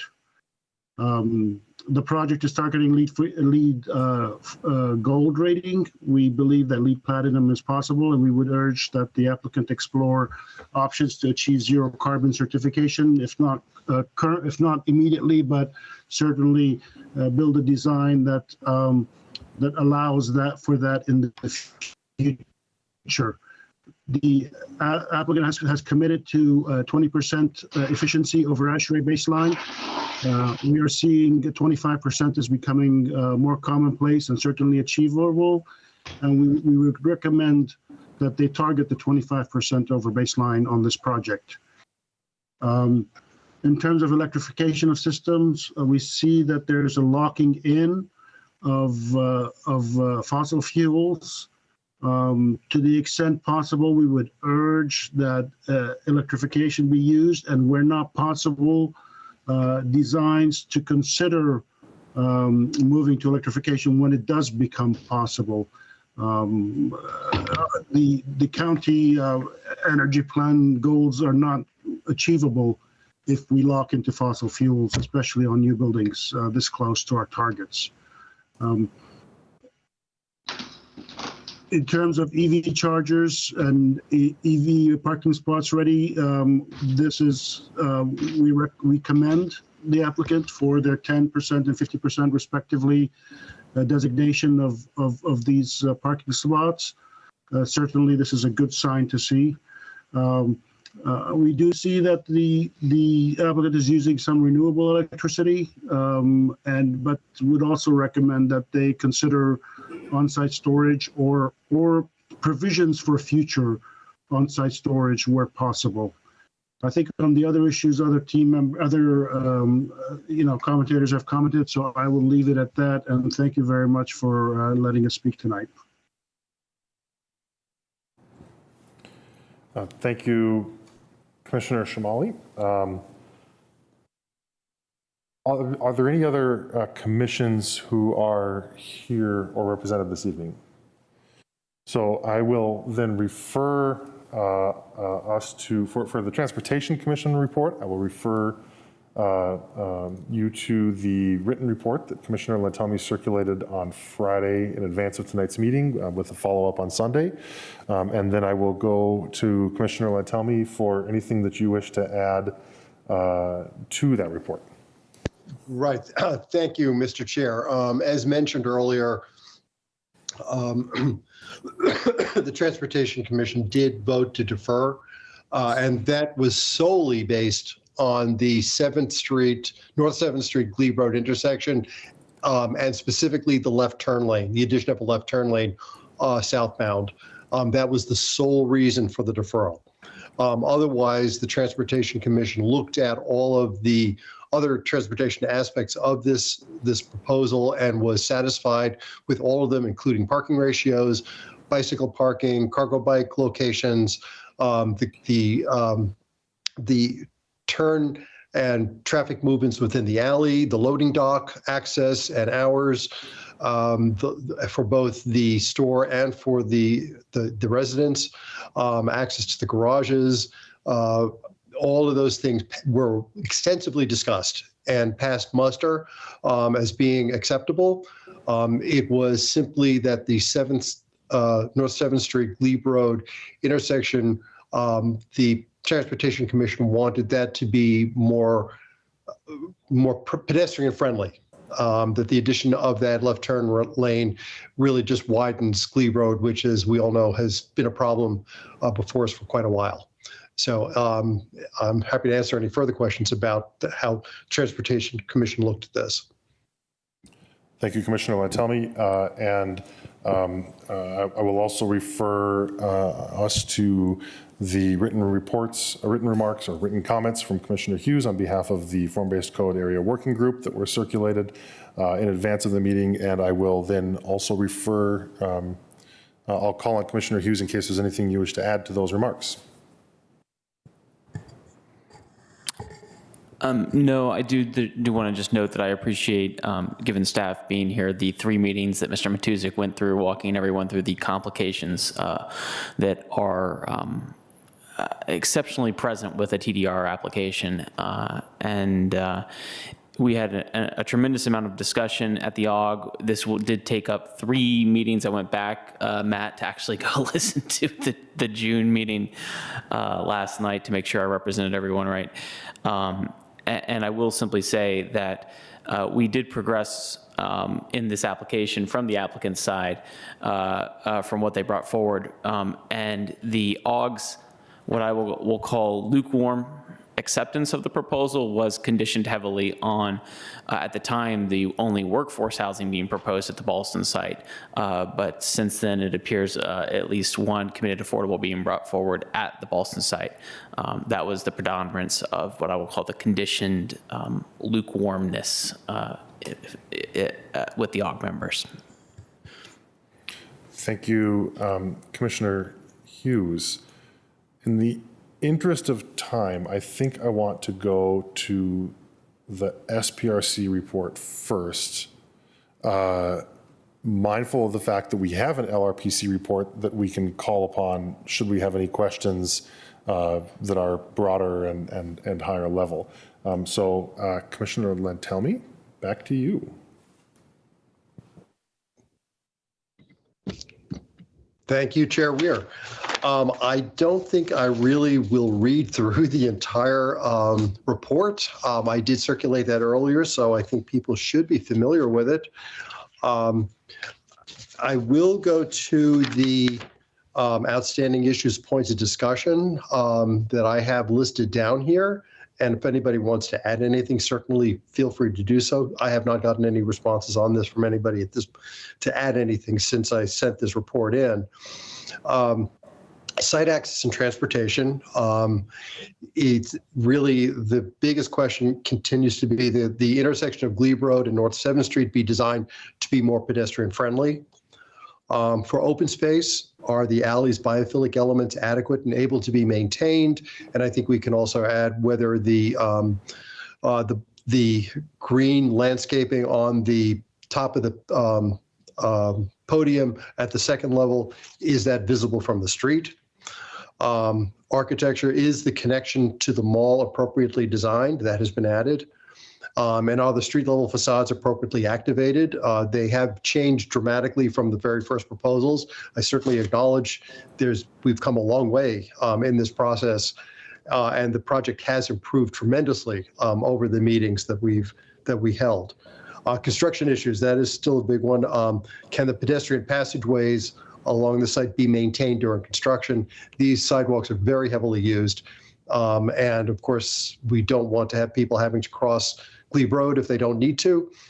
Can we keep those sidewalks open during construction, or at least have some sort of pedestrian passage going along there? And that would, we have been assured, by the way, that the alley will stay open during construction because that's the only access to the garage for the office building there. And that also implies a pedestrian passage will have to go there. That's heavily used by the neighborhoods to get to the metro. So that will be there. Everyone did acknowledge that this is a challenging site, and there have been significant changes that bring the project better into compliance with the Ballston sector plan. it's not perfect, but it is much better, and it does meet most of pretty much everything that the Ballston sector plan does require for a site. So if anybody has any other things to add to this, we can certainly do that. But I think that's pretty much what the report is. So thank you. The discussion then now belongs with the commission. Commissioner, tell me if I have understood you correctly. We are looking at 4 different topics. I will recite them one more time and then open the floor to any additional topics that commissioners wish to discuss. And again, once we have our list of topics, we will start going through them one by one. First is site access and transportation. Second is open space. Third is architecture. And fourth is construction issues. Are there any other general areas or topics for discussion that members of the commission wish to see covered? Commissioner Peterson. I just had a quick clarifying question about the affordable housing contribution. I will add that as a topic, and if anyone else has anything else, we can merge it in if need be. Not seeing any of the lights. Should that be community benefits overall potentially? That's what I was okay. Sort of anticipating might happen. Hence my extremely cryptic response.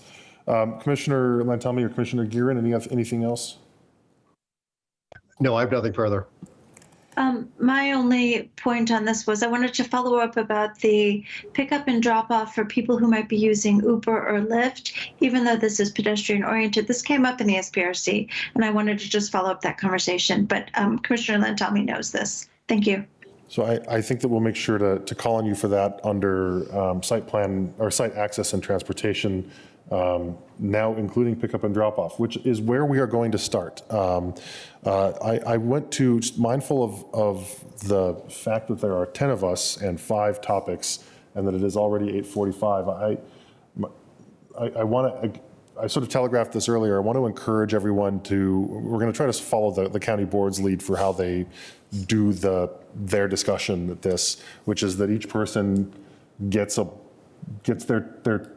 time at the floor once for each of the 4 topics, for each of the topics that are covered. If there are follow-up questions and people need to interject, I'll certainly try to accommodate that as best as I'm able to in the interest of keeping, the discussion moving along. I don't want to call it a round robin, although functionally that's kind of what it is. It's just sort of more a round robin in the order in which people choose to seek to be recognized. Without any questions or concerns about that, is there anyone that would like to kick us off under site access and transportation? Commissioner Peterson. Thank you. I just had a quick question for, I guess, both staff and the applicant. The left-hand turn lane, I know, was something that was a concern throughout the entire project.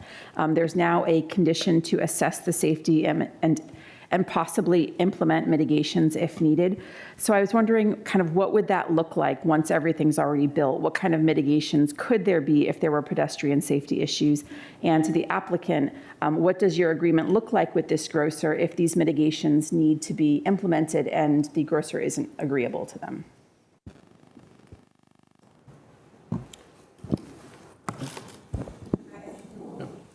I just wanted to align myself with Commissioner Peterson's comments as well. I know that we are taking few minutes here, so. Thank you, Commissioner Patel, for breaking my model, not 2 minutes in. So that way you don't have to come back to me.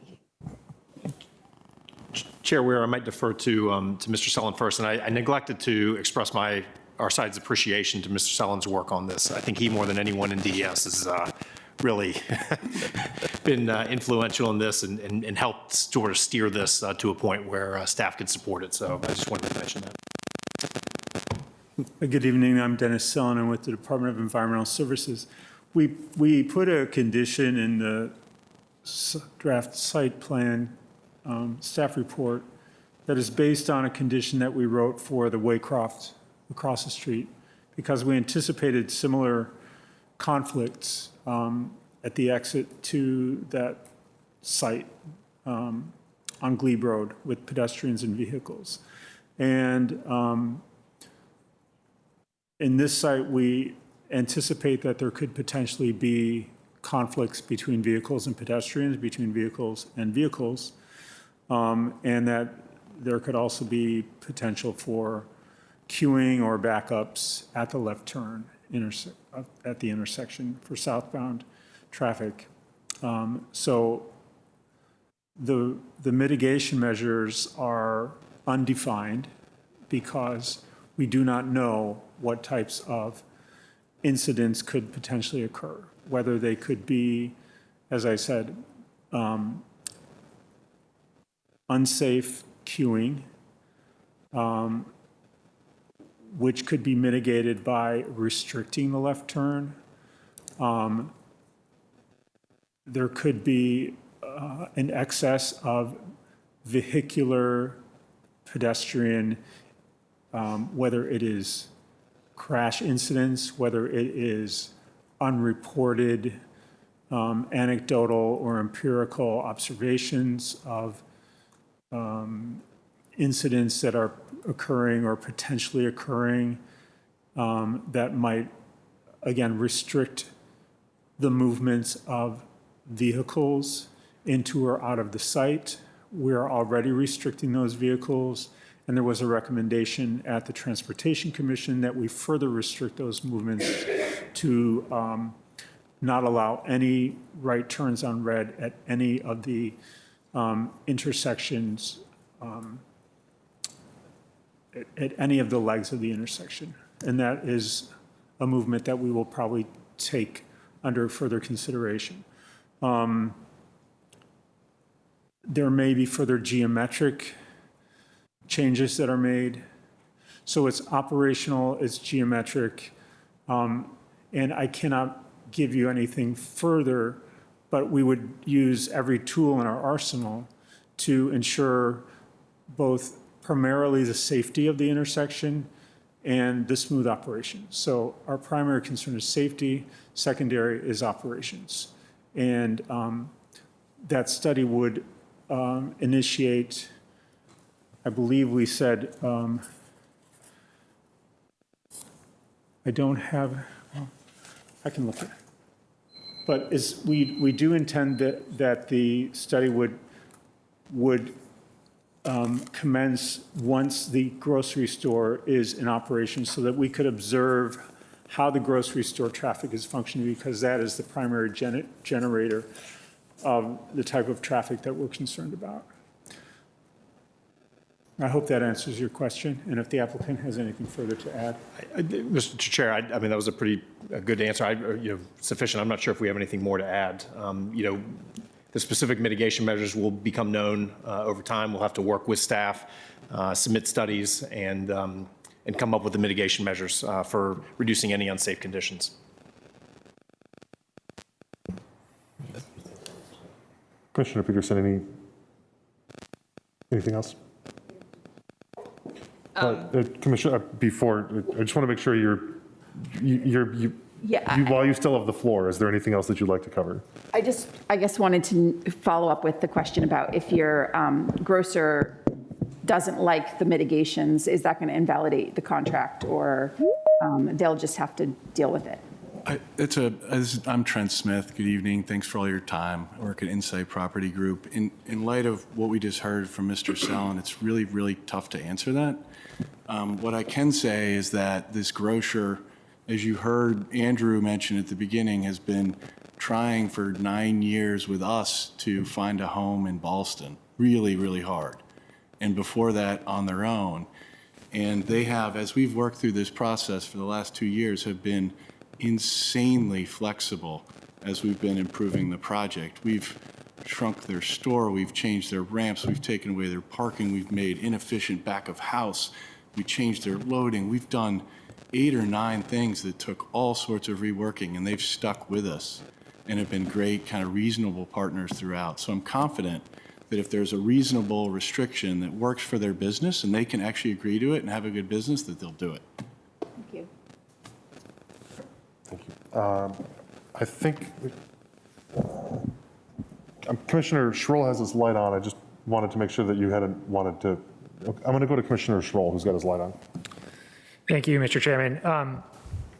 question for the applicant about this left turn. At SPRC and tonight you mentioned, as was just articulated, the desire to have this access. I'm wondering though, I want to make sure I confirm that you didn't look at access without the left turn, that the access to the site is sufficient right in, right out from both Wilson and Glebe Road for this tenant. That's correct, right? You didn't look at it absent that? Mr. Van Pelt? Well, I think what we did do is we looked at the grocer had its immediate needs in terms of how it could be viable at this site from an access standpoint. And they require the left turn. And I know at Transportation Commission, we showed a figure about how the access is challenged because there is only right in, right out access today from Wilson. And they need the left turn to see this site is viable. So therefore, our traffic study didn't even look at that from a capacity standpoint. The first test was, we don't have a viable site for a grocer if we don't have the left turn. So the traffic study then did not look at any other options besides adding a left turn, if that makes sense. It does. So there's no counterfactual. You looked at nothing other than this to ensure LOS and. We looked at it would have been I guess a pointless exercise because we wouldn't the grocer, that's not an acceptable scenario for the grocer if they don't have any left in access.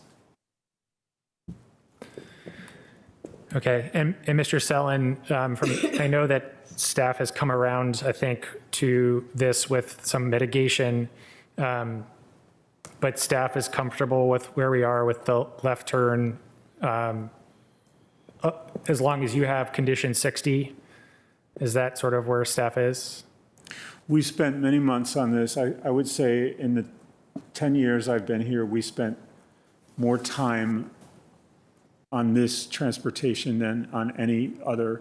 We had myself, 4 staff from traffic engineering and operations looking at this, and then this was reviewed by the director of traffic engineering and operations and our director of transportation himself, Dennis Leach.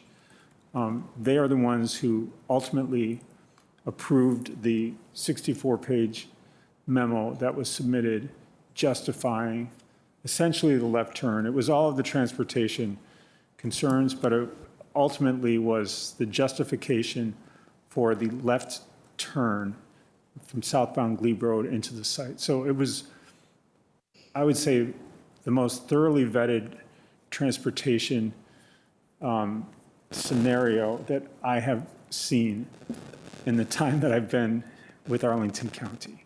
So that's as much assurance that I can give to you. That's helpful. Yeah, I guess last question on this, if I might. I know there's bollards along Glebe Road. Was there any consideration to other treatments for the alley or to ensure that folks making that left slow down or are aware that they're kind of crossing pedestrian? One of the things that we did, one of the things that we are doing, and we looked very carefully at, very carefully at the entire intersection, and I think there's a whole kit of parts, if you will, different things that we're going to do to that intersection to make it better for pedestrians. But that driveway itself will be designed as a, with almost like a street, if you will. So it's going to make it more intuitive for pedestrians to understand that they need to obey the traffic signal just like the vehicles need to obey the traffic signal at that location. So as you enter the alley, those pedestrians get those clues more intuitively. And then there's an apron. So you actually will have to slow down once you go into the alley. So from a pedestrian standpoint in the alley, you've taken those vehicles as they come in, they have to slow down. And that was a concern because you're coming off of Glebe where potentially higher rates of speed. And I think the other thing that's important, I know we don't have that image. I guess we don't have, are we showing that image? Because I think it's helpful to see that image. Yeah. If the clerk to allow us to share our screen. Because I think this might answer Commissioner Schroll's. Madam Clerk, I don't know if it's possible to share our screen. So this driveway coming off of Glebe is designed really almost as a street, if you will. So you're going to have curb ramps on either side. And we are starting to do that in most urban locations because what you want to do is give intuitive clues to the pedestrians that they have to obey the traffic signal, just like the vehicles have to obey the traffic signal. So intuitively, less likelihood that pedestrians are going to step out in front of a left-turning vehicles that's coming into the site. Then when the vehicles come into the site, you're going to have an apron that will go up to the flush curbless condition. That will help slow vehicles down as they come in. So it'll help from a safety standpoint once those vehicles enter into the alley. The other thing I think it's important to remind us all is that those left turns are going to be protected movements. So a left turn can only go when they have an arrow and to turn left, and the pedestrians are going to have a do not walk at the same time. Motorists are not going to be left up to making a judgment call of I have a sufficient gap to shoot across the left, across Glebe Road to enter into the driveway when maybe a pedestrian is crossing. That conflict is removed by the fact that we'll have protected left turns. So are you saying, Mr. Van Pelt, that there will be no yield left? It'll just be a signaled left? Yeah, correct. I mean, vehicles cannot go unless they have a green arrow that allows them to go. That's helpful. I appreciate that, and I appreciate the work that's gone into this to try to make this as safe as possible. You know that I'm still not very supportive of this, but if this is to happen, I'd rather it be as safe as can be. So I appreciate that. Thank you. Anyone else on site access and transportation? Commissioner Sarli, and then Commissioner Gearin, I'm going to you're on deck because I know that you would have wanted to talk about pickup and drop off too. I'll make a very quick comment, just reacting to the image that was posted. If the sidewalk could remain continuous across the intersection, so that instead of ramping down to the street level, the car ramps up to the sidewalk level, and that would enhance the slowing down process as you enter the lane. Was that studied? Well, so what we have found in practice is that when you keep a sidewalk flush, when there's a signal, pedestrians are much less likely to obey that signal. They believe that they have the right of way. So you're giving conflicting information to pedestrians, right? They believe that they have the priority if the sidewalk stays flush, and they don't necessarily obey the signal head. By putting in curb ramps, and that's the condition that's out there today, but it's going to be improved with what we're doing, enhanced to it with it, is that you're telling intuitively to the pedestrian that they realize they are now going down from a sidewalk elevation down to a street elevation back up. And it gives them the indication that they need to pay attention to the pedestrian signal. And I'd say all of our work that we're doing in DC now, they're requiring us, DDOT is requiring us to design them that way because in practice we have found that's the issue. The Glebe side is different than the Wilson side. Wilson, there is no traffic signal. That sidewalk will stay flush and it will remain flush across that driveway because in that instance, the pedestrian always has the right of way. And that intuitively, they will understand that they have the right of way because their sidewalk stays flush and the motorist must stop for them. Thank you. I think just the inverse is also true, right? If the vehicle encounters that bump, then they understand that they do not have the right of way. So it's a little bit of sort of pick your poison on this one. We will still have the apron as you come into the alley, which will actually help slow those vehicles down once they've entered the alley. Maybe that doesn't help us at the crossing itself, but remember those pedestrians are going to be stopped by the signal. They need to pay attention to the signal and stop. So we've managed that conflict that way. And so between the two, we believe that's the best practice. And may I also add too, a member of the public, Dr. Byrne had mentioned about the bollards in the sidewalk. We have removed the bollards on the Glebe Road frontage, but because there's that flush condition on the Wilson Boulevard frontage, we think it's important to demarcate for pedestrians where the pedestrian zone ends and the vehicular zone begins. We've also added to the monitoring condition or proposed to add the monitoring condition with the left turn lane to monitor pedestrian safety conflicts in the alley as well. So that was a proposal that we made to staff. Thank you. I'm going to go to Commissioner Gearin.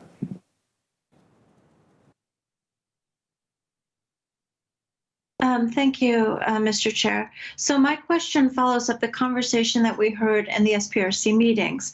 What I'd like to know is how you proposing, even if just initially, to accommodate the requests that we heard from members of the public, noting that they would possibly be taking Uber, Lyft, other sort of ride share to and from the grocery store, and that those cars are not going to want to have to pay for parking. They're only going to be in and out of the garage for a few minutes. Is that something that you've already planned to accommodate with perhaps, free first 30 minutes or free first 15 minutes or in another way? Thanks.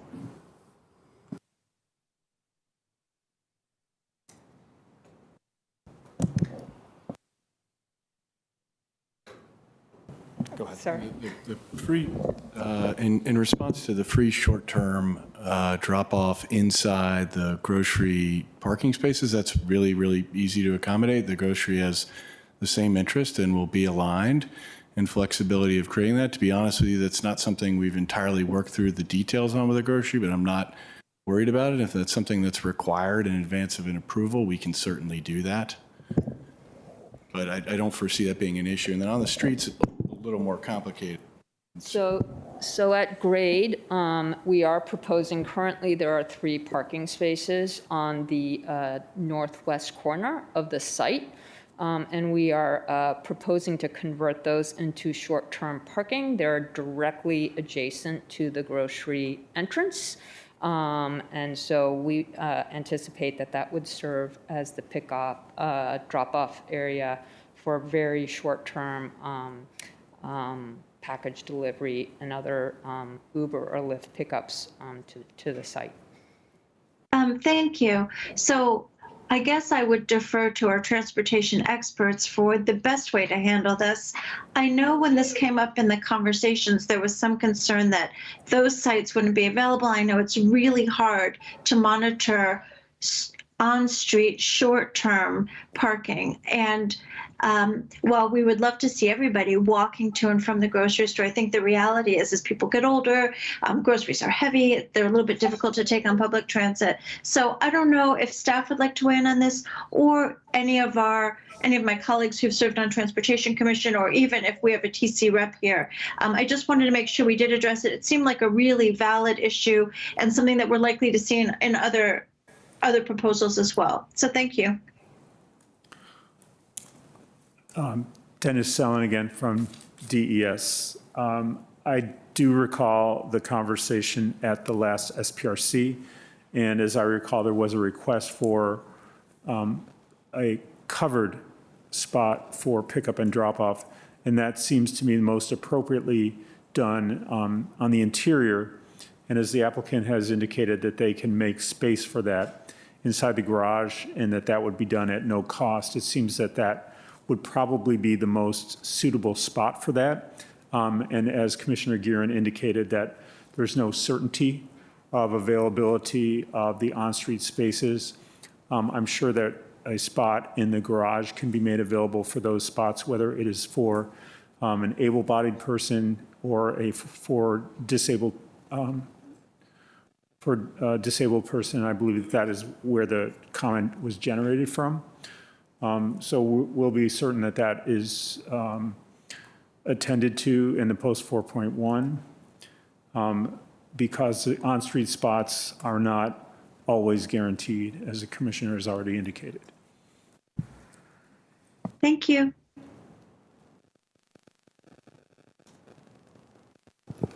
Anyone else on the topic of site access and transportation? We will go then to open space. Does someone want to kick us off for open space? No lights on the dais. Commissioner Latelmi or Commissioner Gearin? Nope, nothing. Not for me. Nor I. I'll go then to architecture. Anyone want to kick us off on architecture? Commissioner Schroll. Thank you, Mr. Chairman. Quick questions for the applicant. First, can you explain the rationale regarding the second-story parking garage? And also why it is not wrapped with active uses and instead has the the grade. So Trent, I'm not sure if you want to handle this one, but this is something that we looked at almost from the very beginning. The grocery store, its standard its design standards usually want to have about a 200 space field of parking on a single level that is immediately proximate to the store. We could not achieve that even within the below grade setting on a single level. And what we were able to do is to negotiate with the grocery store operator to get them down to about 148 spaces. And just the way that the core and the elevators worked, but also having it immediately proximate, it worked better to have it in an above grade condition. What we've done is tried to wrap it with louvers and glass and other architectural design detailings. And so, Sarah, I don't know if there's other thoughts that you might have on that. Yes, just to clarify also, we've been working closely with the Point Office Building, which is the access into the residential parking garage. They have huge difficulty with allowing the grocery access into the parking garage through their space because it's not concordant with kind of the typical office parking hours. So certainly, once we lose the ability to go through the Point Office Building to access the below grade parking, once you ramp inside of kind of the existing building envelope, you lose parking and you no longer have the ability to deliver the parking spaces on one level of parking below grade.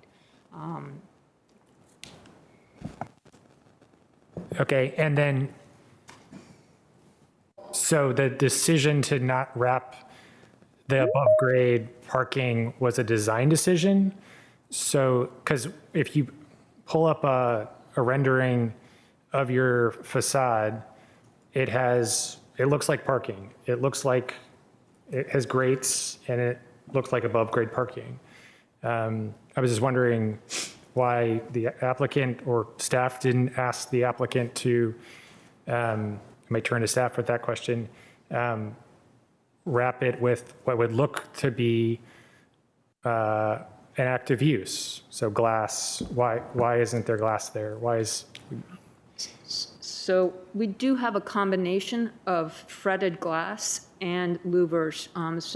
So we do have existing exhaust and ventilation from the below grade parking garage. And so we do have to kind of maintain the integrity of that ventilation when we kind of recast and reuse that garage. So we already had kind of that architectural precedent for some louvers just to accommodate what exists there today. So the resulting architecture on Glebe Road and Wilson Boulevard, to the maximum extent possible, incorporates fretted glass, bird-friendly glass, as kind of an architectural feature on those facades, but also acknowledges kind of the ventilation required from the below grade parking garage. So we have the integration of both languages, both kind of louvers and the fretted glass. So that's helpful. So then two quick follow-up questions. So then are you unable then to vent that exhaust higher up the building? And does your venting there or your need to vent there contribute to your inability to meet the fenestration requirements on Wilson Boulevard?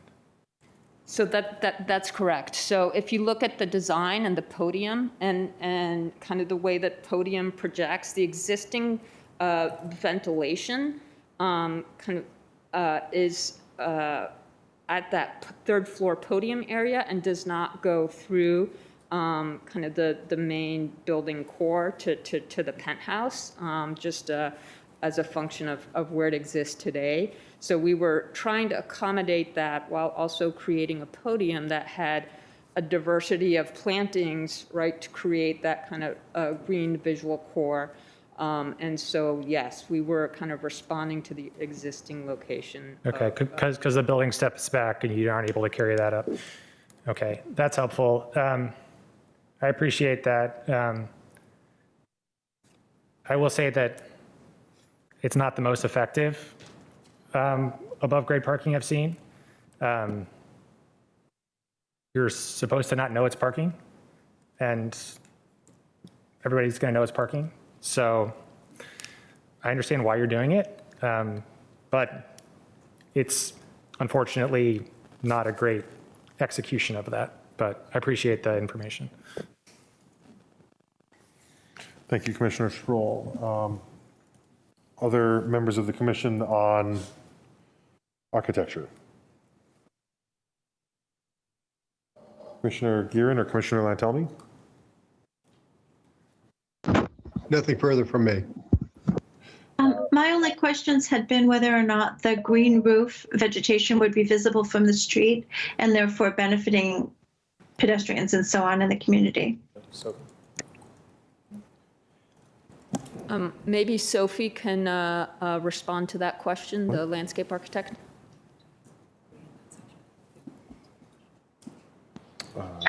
Sure, yeah, so as you can kind of see in this rendering, on the third floor above the alleyway, that vegetation is, quite close and very visible from the street. And then at the upper roof level as well, you can see the kind of arbor structure attached to the building going up to the top floor there, which would be wrapped in vine plantings that we have on the penthouse level as well. Yeah, it did look, thank you. Commissioner Gearin, I'm going to ask if you could repeat that. You were breaking up. Oh, very sorry about that. I just noted that that's what it looked like to me, and I thanked our applicant for confirming that it does tend to be visible. Thank you. Thank you. Commissioner Steinberger. Is there a visual we can see for the green kind of living wall? I wanted to sort of follow up on that a bit. I wanted to have a sense of sort of how that's going to kind of develop over time and what that's sort of going to look like in the different conditions, like how it's going to start looking, what it's intended to sort of evolve to, what the time frame is for that growth evolution. So I think Sophie can also respond to this. Maybe we can show some of the examples of the living wall that were part of the.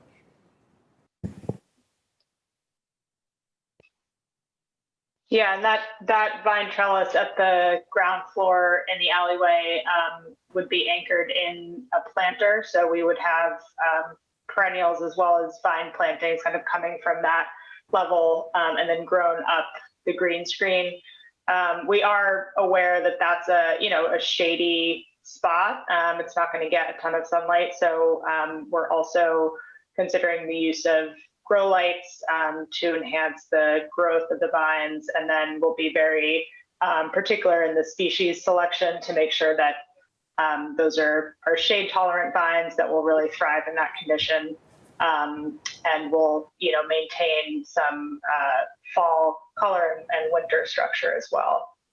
And could be a combination of species to achieve that full effect. And those planters will be irrigated as well. Okay, and what's the sort of initial condition that they would be quote unquote installed as? And then what to get to a point where it sort of looks like any of these sort of, well, I guess the only one that I'm kind of seeing is that second image in the top, kind of on the top row, second in from the left on my screen. That's sort of what I imagine this is sort of most going to evolve to. Or is that fair? Am I? Yes, that particular image was more in reference to some of the mechanical screenings that we have at the roof levels.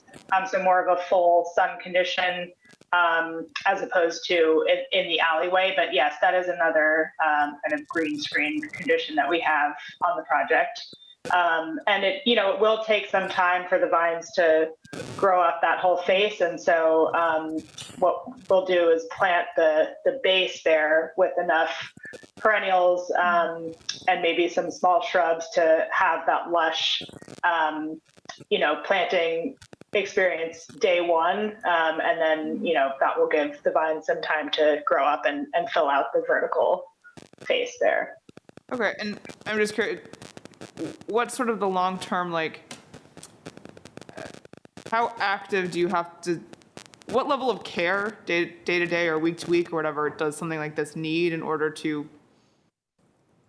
end up being nice as a community benefit and not something that doesn't do well in a very shady area?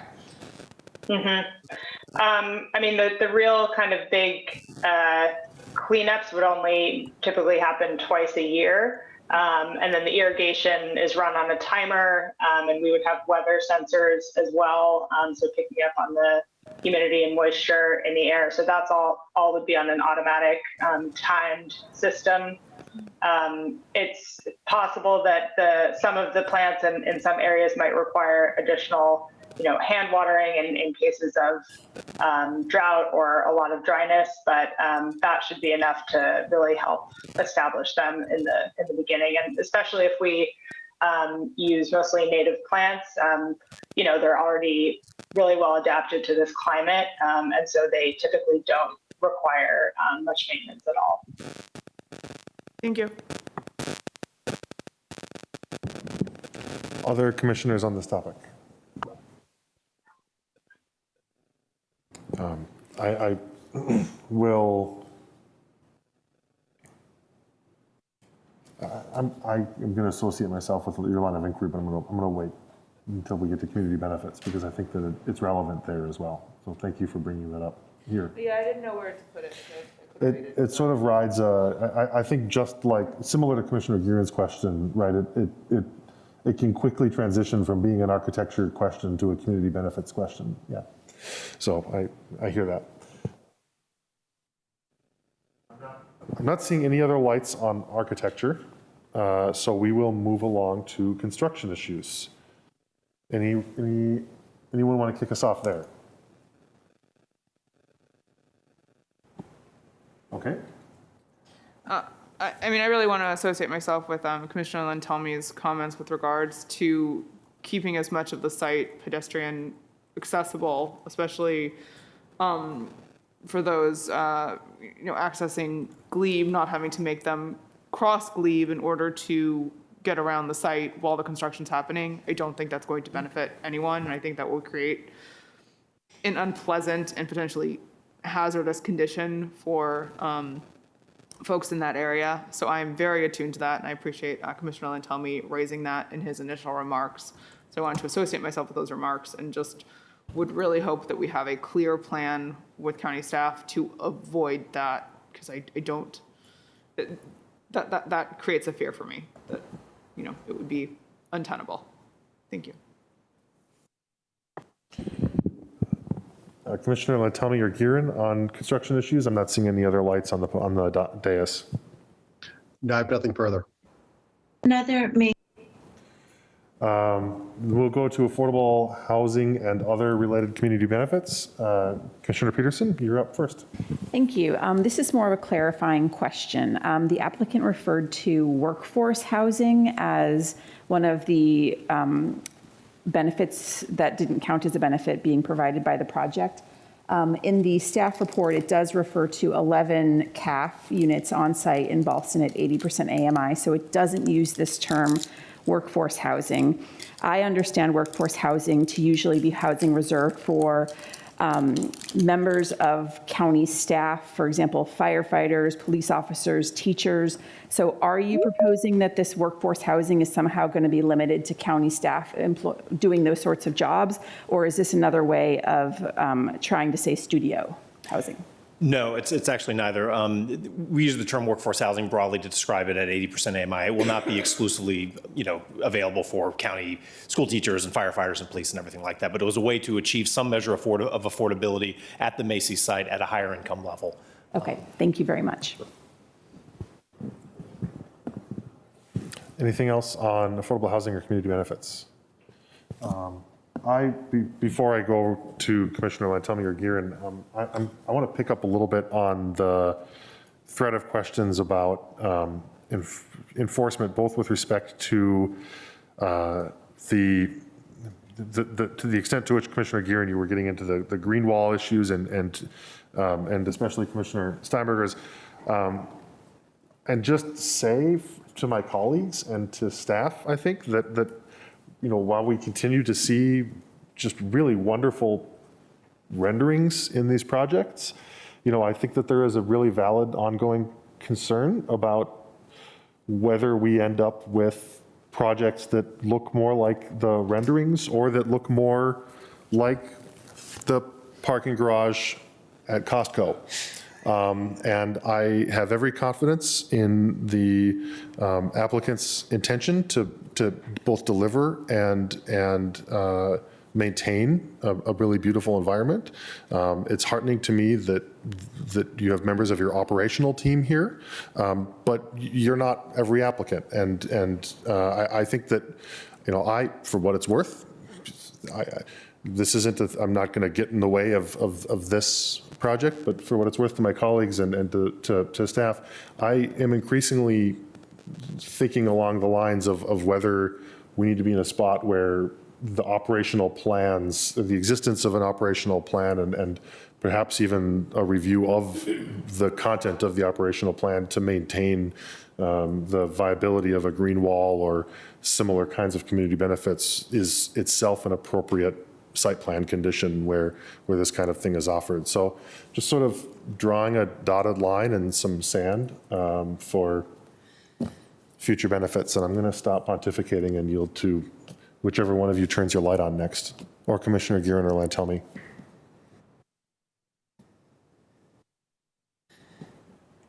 Or Commissioner Patel. Commissioner Schroll might be upset with me when I make this comment. Dang it. Look at his notepad. He's been trying to instruct me properly. But listen, here's one thing that I will say, just like as a philosophical position, and that is simply, we're here in the heart of Arlington, in Ballston, and it really makes me sad that we don't have more affordable housing at this site. 80% AMI, 60% AMI, that doesn't really get to where we need to be. And I recognize, Commissioner Schroll said, it's really not another mechanism other than recommending deferral, and that's not obviously where I am. And I recognize that you're even exceeding the ordinance, but again, this is not where we need to be in Ballston.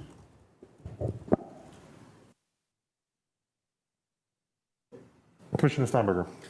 I'd like to associate myself with the comments of my fellow commissioner, Commissioner Patel, with regards to the affordable units on site. I guess I'm a little, I'm trying to figure out, I understand it, so maybe this is the part of the question. We end up with one unit that's affordable at 60% AMI and 11 units that are affordable at 80% AMI. And it's a start. I would have at a minimum like to see more of those units be at the 60% AMI, because I think that would be a more meaningful start at this location. And that divide of sort of one at 60%, ignoring the fact, 12, it's a start, and I appreciate that. But saying that only one unit's going to be at the 60% AMI and you're going to have 11 units at the 80% AMI, I'm troubled by that split. And I think that's something that I would like to see revisited, and I don't feel good about that is sort of where I'm coming down to. You can speak to that, but I don't know that there was a question to answer, but I'm happy to hear your feedback. Yeah, no, I mean, we could tag team it. The way that we've earned our units on this site is almost exclusively through affordable housing. It is exclusively through affordable housing, through the 118 permanently preserved market rate units in Columbia Pike. We needed to earn an additional couple of units, and staff said, you're already doing almost entirely affordable housing, throw in another 2-bedroom CAF, and that's what we ended up doing. But the 80% units, and so that satisfied the way that we were earning our density, all through affordable housing. The additional units were in response to comments that we heard just like this, that there needed to be some measure of affordable housing at the site. And as I think Commissioner Hughes had mentioned, that was a concern from AUG as well. So in addition to that, we have the $1.5 million AHIV contribution. But I think we're doing what we can from a financial feasibility perspective. We also did some back of the envelope numbers, which I don't have in front of me, unfortunately, but just evaluating how a project like this might be treated in terms of earning density relative to a place like Crystal City or Roslyn. And even though we're not right there where we are, with the additional 11 units, it's closer. So we think that we've done above and beyond, even though I know that people would like to probably see more affordable at this particular site. So Sarah, I don't know if you have any other thoughts. Location that has, I'm loud enough, it is a location that certainly it's very, we talked about the walkability, we've talked about the key, thank you, transportation, resources available at the site. And so it's really one of those areas where you want to see that we want to see those units because of those reasons. So, thank you. And I'll associate myself there as well, because, the reality is we need more than 60%. We're having conversations about the need for 30% AMI. And so this space here in the heart of Arlington, in Ballston, access to transit, now a grocery store, we have nothing. I think we've missed an opportunity to be able to provide real affordable housing. And I get it that your density was satisfied elsewhere, but elsewhere in a place that's not as transit rich, that's not as accessible to Metro, this was a place where we could have really done better here by making more affordable units. Thank you, Commissioner Patel. Other commissioners, Commissioner Hughes. I'm almost in tears, and I want to thank Commissioner Patel and Commissioner Steinberger. 8 years ago, I joined this commission, and I began the policy of voting no every time a single building came forward across Arlington without any affordable on site. It was just my protest vote. It was quite easy for me to do. And it's had an impact. And so I'm gone in 5-6 months, and that's fine. And so hearing this discussion, I told myself tonight I should just be quiet and listen. And I really walked into this evening. I want to first tell the applicant, I want to first of all credit the applicant, because this site, by default, through the planning processes represented by the esteemed counsel of the applicant and through the Commonwealth laws, is entitled to exactly 0 on-site units. That's what the applicants at council will defend, and staff will have no way of revoking it for a Commonwealth judge.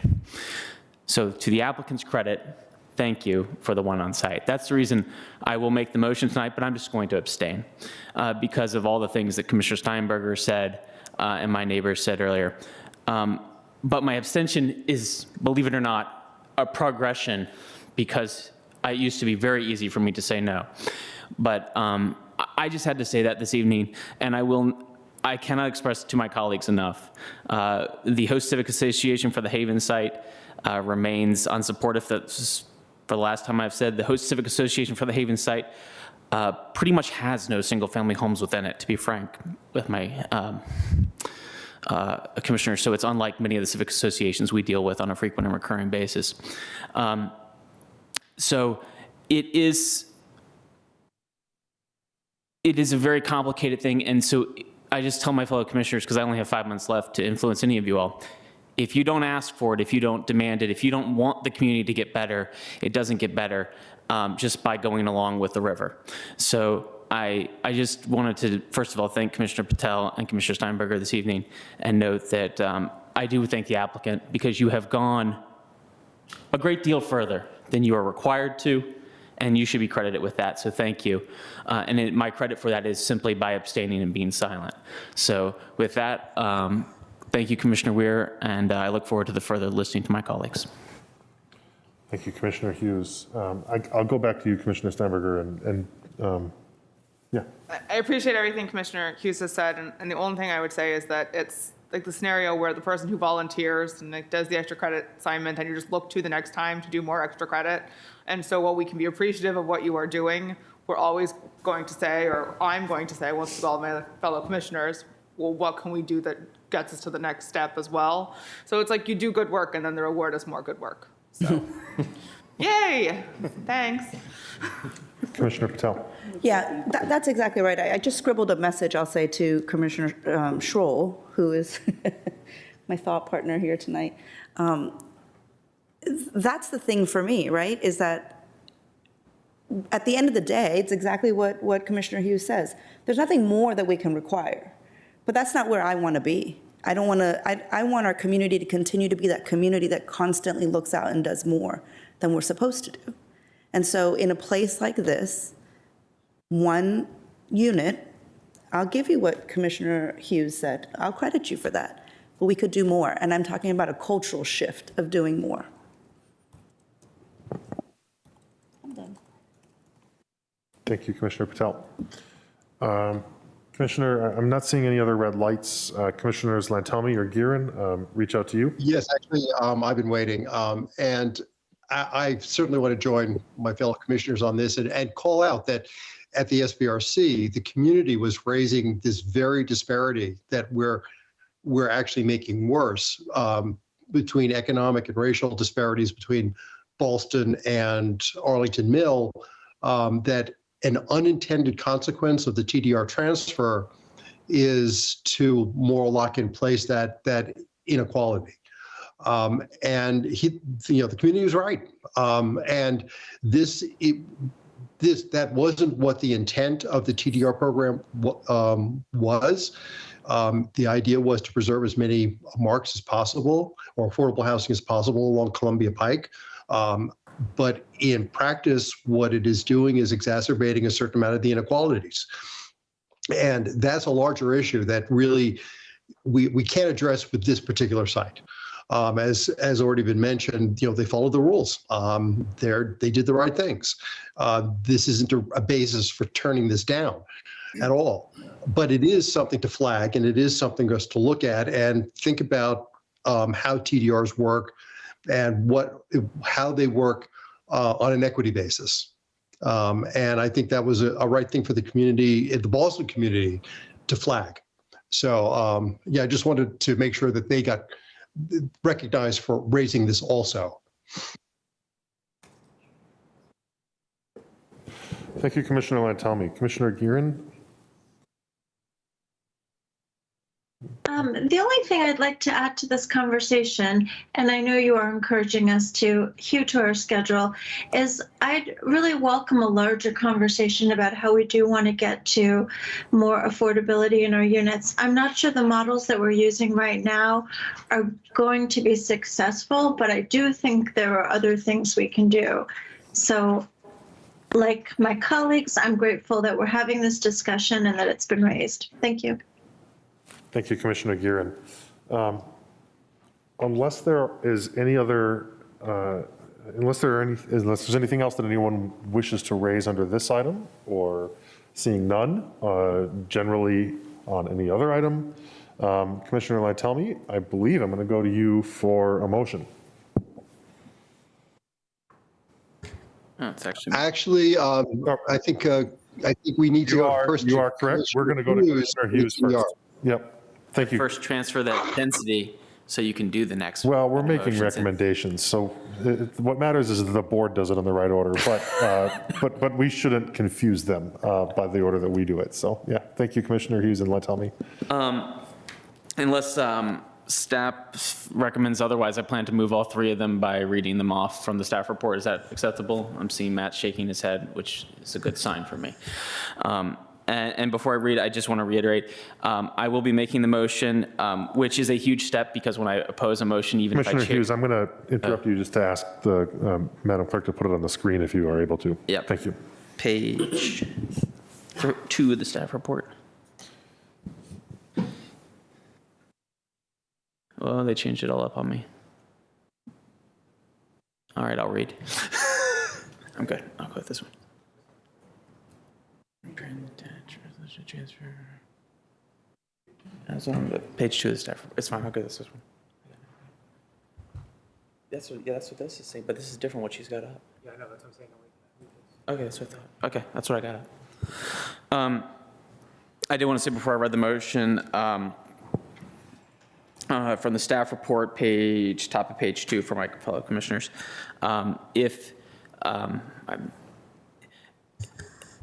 when I don't support something, I would not go through the step of actually making the motion. I do plan to abstain from this vote, but I do not discourage any of my colleagues from supporting the motion. I think it is a balancing act, and that is our job.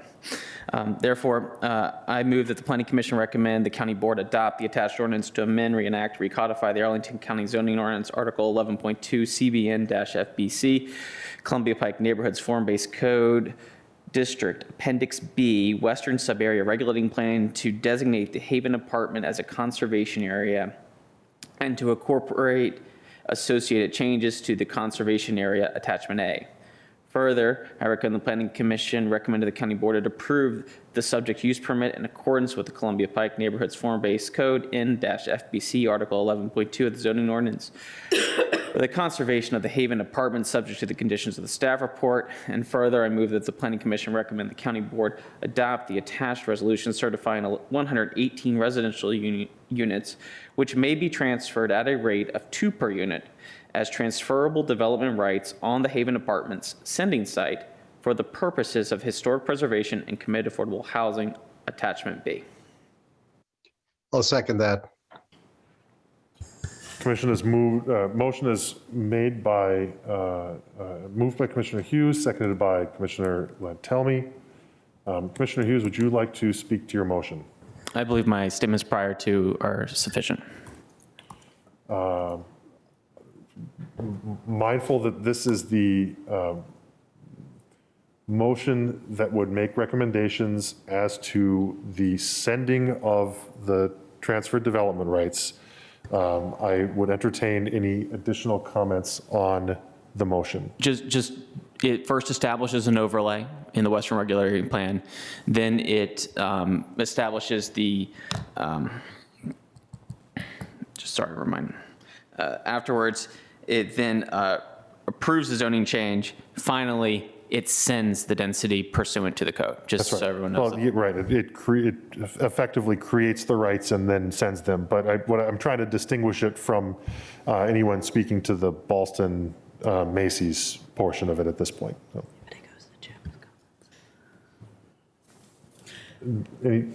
Going twice? Going three? I'll note that I'll be abstaining in just the same reasons that Commissioner Hughes is abstaining, and also add that my abstention in this vote goes to the unintended consequences, the racial and socioeconomic unintended consequences that come from this transfer. Thank you, Commissioner Patel. With that, I am going to go down the roll. Well, let me actually, Commissioners Lantelmi and Guerin, I failed to reach out to you. No further comments from me. Nor me. All right, we'll go down the roll on the main motion as made by Commissioner Hughes. Commissioner Bagley. Abstain. Commissioner Guerin. Aye. Commissioner Hughes. Abstain. Commissioner Lantelmi. Aye. Commissioner Patel. Abstain. Commissioner Peterson. Aye. Commissioner Sarli. Aye. Commissioner Schroll. Aye. Commissioner Steinberger. Aye. And I vote aye. That means the motion carries 7-0. Now, are there any other motions on the Haven portion of this item? Commissioner Lantelmi, I'm going to go to you then for a motion on the Ballston Macy's portion of this item. Sure. I move that the Planning Commission recommend that the County Board approve the attached resolution transferring 236 residential units from the 5100 South 7th Road South, RPC number 22001-024, sending site, to 685 and 701 North Glebe Road, RPCs numbers 14059, 044, 045, 038, 039, the receiving site. And I further move that the Planning Commission recommend that the County Board adopt the attached ordinance to amend site plan number 193 to permit construction of up to 553 residential dwelling units and approximately 43,076 square feet of retail GFA located at 658 and 701 North Glebe Road, RPC numbers 14059, 044, 045, 038, and 039, with modifications of zoning ordinance requirements including additional density, reduced parking and loading requirements, density exclusions, and other modifications as necessary to achieve the proposed development plan, subject to the conditions of the attached ordinance. Thank you, Commissioner Latelmi. Is there a second? Second. A motion is made by Commissioner Latelmi, seconded by Commissioner Schroll. Commissioner Latelmi, would you like to speak to your motion? Yes, and actually, I have an additional proposed motion to amend the main motion. I move that the Planning Commission amend the main motion to add the following language to the end of the main motion, quote, provided that county staff work with the applicant and VDOT to come up with options for the North 7th Street and Glebe Road intersection that are more pedestrian-oriented than the current proposal. Second. Thank you. Motion is made by Commissioner Latelmi, seconded by Commissioner Schroll. This is a motion to amend the main motion. The first motion would incorporate this second motion if this second motion is adopted. Commissioner Latelmi, do you have I'd like to speak to the motion. Yeah, and let me just note that typically motions to amend are not debatable. We are not bound strictly by those rules, which are advisory and exist to promote the efficient and orderly conduct of business. In this case, though, I think that it is enough to say we know what we are talking about and doing, that we're not going to let perfect adherence to aspirational and advisory rules get in the way of conducting our business. Commissioner Peterson, I also saw that you had your hand up. I'm going to go to you in a second, but I want to first go to Commissioner Latelmi for speaking to this motion. Yeah, it actually will make clear that what Mr. Sellon said, that they're continuing to look at this intersection and continue to look for solutions, will continue. I do not think that it's reasonable to hold up the project for this, given that there apparently is continued good faith work on the intersection to improve its pedestrian friendliness. I'd like to see that work continue, but I want to make clear that the Planning Commission supports that and expects that any option possible to make this intersection more pedestrian friendly will be pursued. Thank you, Commissioner Latelmi. Commissioner Peterson, I saw you raise your hand. So I wanted to see it. Is there maybe a small typo where it should say V.2 come up with options? I'm not sure. That would seem right. Yes.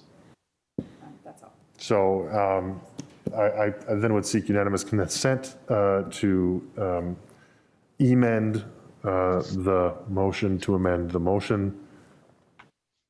Without objection, the motion is amended.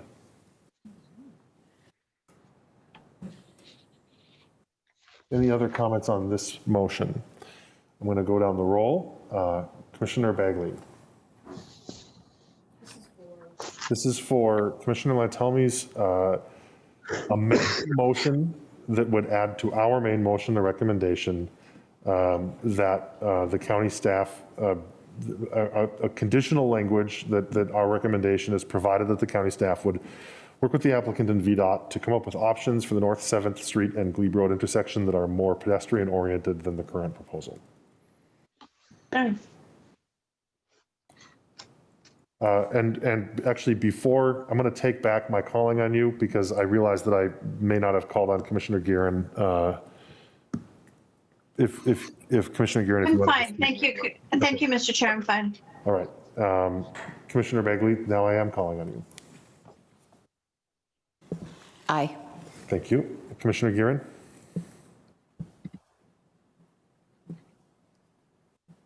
You may be muted, Commissioner Guerin. Aye. Commissioner Hughes? Abstain. Commissioner Latelli? Aye. Commissioner Patel. Abstain. Commissioner Peterson. Aye. Commissioner Sarli. Aye. Commissioner Schroll. Aye. Commissioner Steinberger. Aye. I vote aye as well. Motion carries 8-0. Commissioner, tell me, I know that you have another motion. I believe that it is. We have to vote on the main motion now, don't we? Yeah, so let's deal with the main motion then. And I have one more motion after that, the independent. So it's the main motion as amended, which includes this, provided that language that Commissioner Lantelmi's second motion added to it. Without any additional discussion, I will go down the roll. Commissioner Bagley.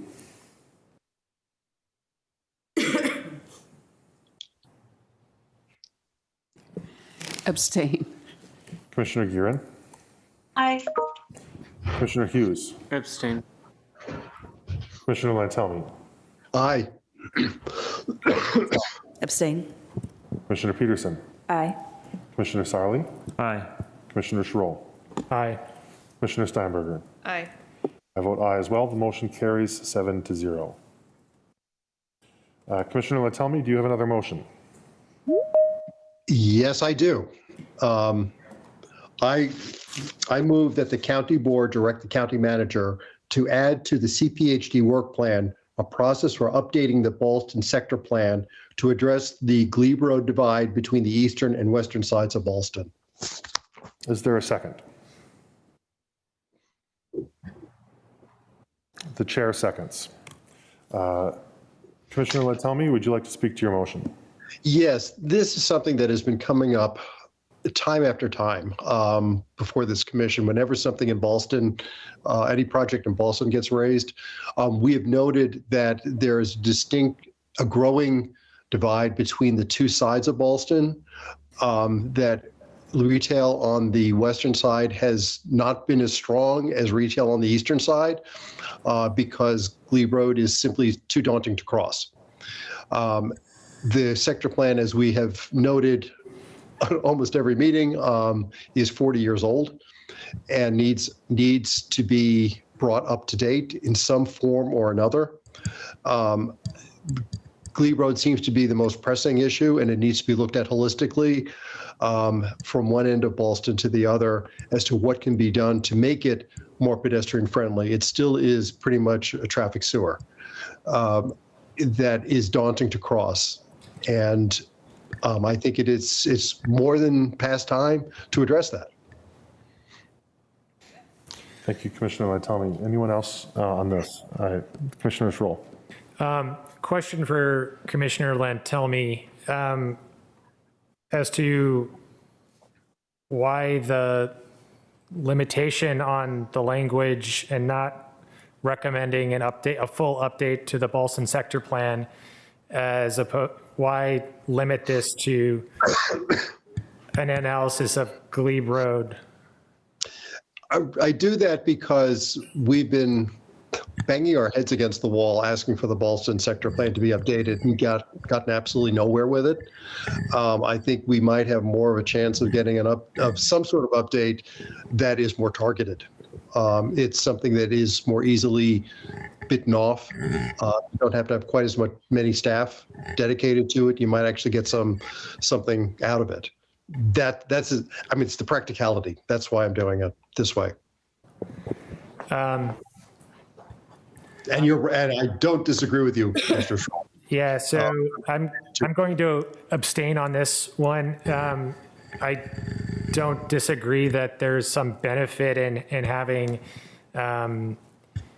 some analysis of this. We did in-between study. We've done other things like this and bit off smaller things. But to me, this makes it seem as though it's okay to do this at the expense of not addressing a 42-year-old plan. And that to me is something I'm not okay with. Commissioner Hughes? I'm probably going to go a step further than Commissioner Schroll. I'm going to actually vote no, Commissioner Lantelmi, for the sole purpose of the fact that this plan is literally older than me. I was not even a baby when this was approved. I was not even a glimmer in my parents' eyes when this was approved. That is how old the Ballston sector plan is. Further to that, 8 years ago, almost, I joined this commission. When I joined this commission, we talked about planning Lee Highway. We still don't have a plan approved to plan Lee Highway. The concept of planning sector plans the way we built for 60 years is not going to be the method moving forward. We cannot rely on a 42-year-old sector plan to create a market dynamic that our applicants can come forward with and actually build something. We can't. That's the reality of it. We can't spend 10 years planning. It's just not a method moving forward. So Commissioner Lantomi, I understand your principles. I too wish to have a Glebe Road stretch that's more visionary, more urban focused, more pedestrian, that takes you the bridges all the way from Chain Bridge all the way down to Pentagon City, Potomac Yards. It goes the whole distance. It could be great. But if we spent 10 years planning Lee Highway, we'd spend 20 years trying to plan that. So for me, and I know it's just Ballston, the answer is not to do things the way we have done them for 40 years. It is to ask ourselves, how do we redo it? We're going to do Missing Middle on Monday night next week. That has only been a 4-year process, and it's been 1 year of very active engagement. And that's a whole countywide zoning ordinance change. I'm simply saying, if we move forward with these, we need to really fundamentally think, how do we actually build a community that's dynamic, that's growing, that can respond? I mean, the World Cup is being hosted in an amazing city that when the Ballston sector plan was approved was barely in existence. That's how dynamic the place is. So if we want to be a dynamic city, we've got to change how we plan. That's all I'm going to say. And I am a no on this, but Commissioner Scholl, I support you. Commissioner Sally. I'll refrain from using age as a debate issue on this conversation, so as not to demean my colleagues and their youthfulness. I have to agree with them, though. I think the piecemealing of this problem won't really help the problem, as much as I agree with Commissioner Lantomi's sentiment.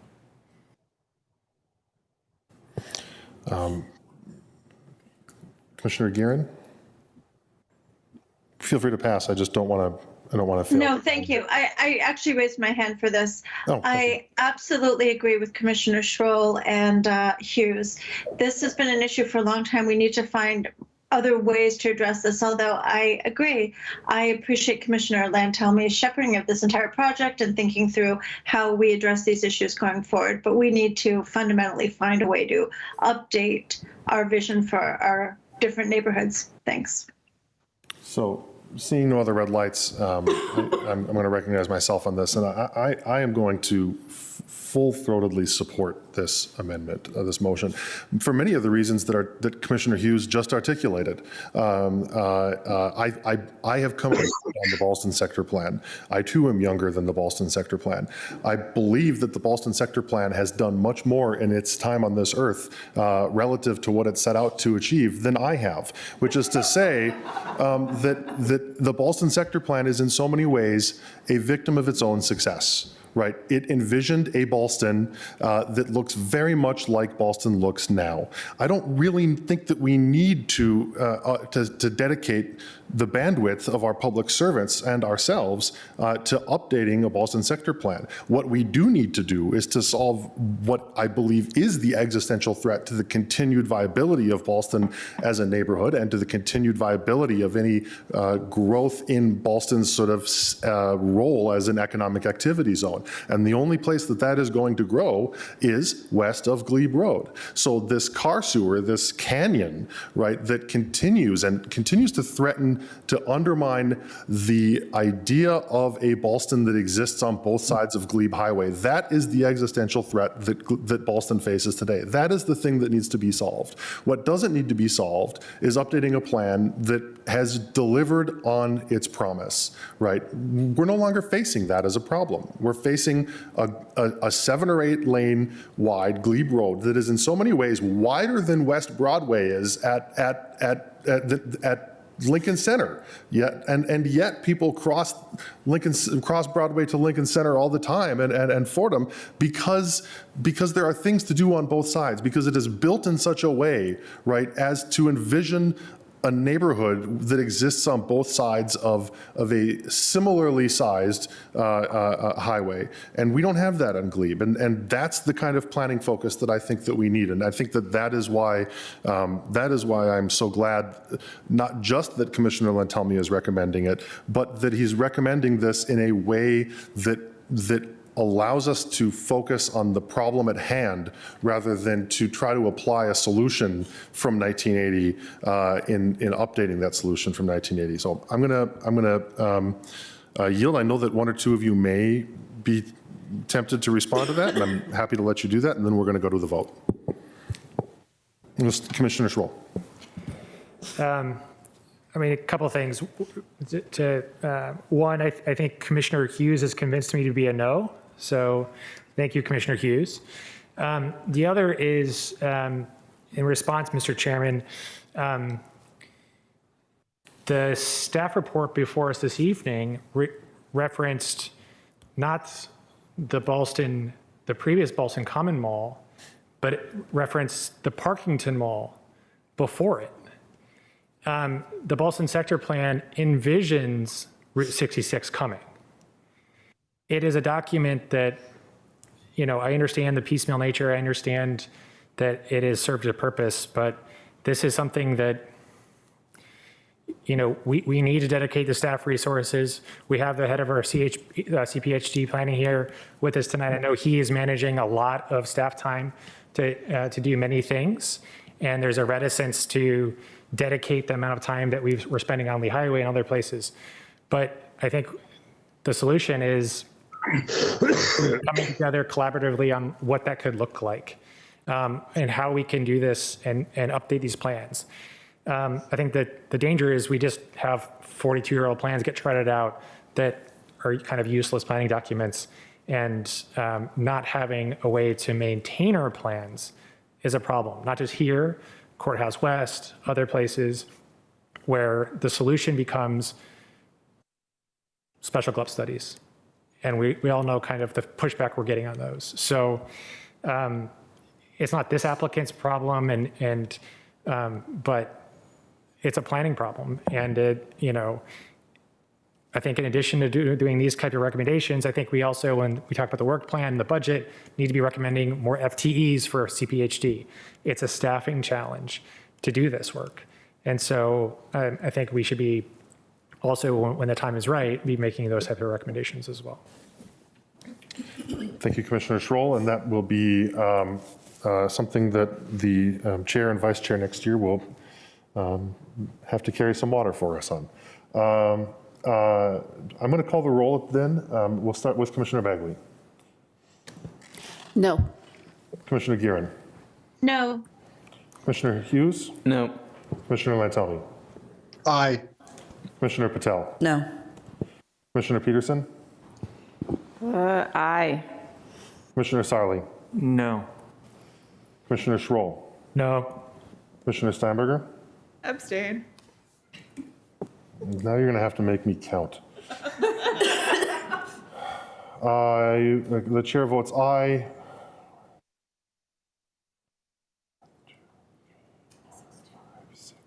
The motion fails 3-6.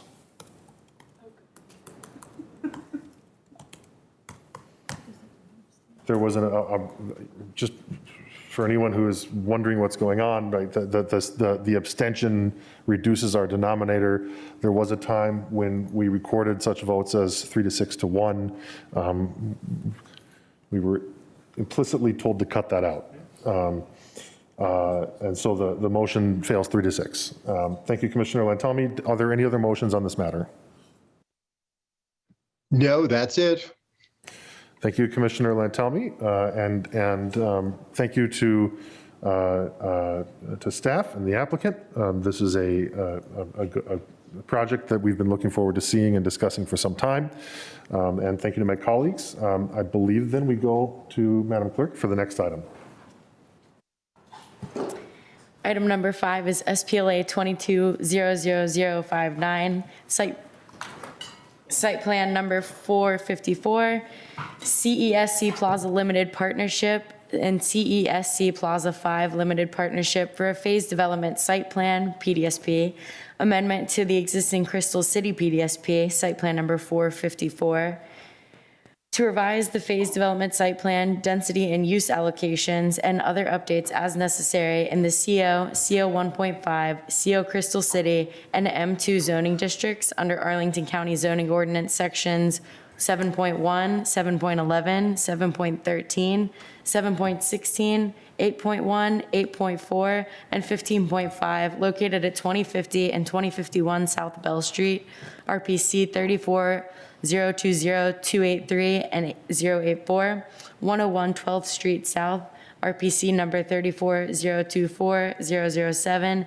008, 009, 017, 023, and 270, 1900 Crystal Drive, RPC 34026041, 042, and 043, and 2250 Crystal Drive, and 223 23rd Street South, RPC number 34020003, 017, 018, and 265.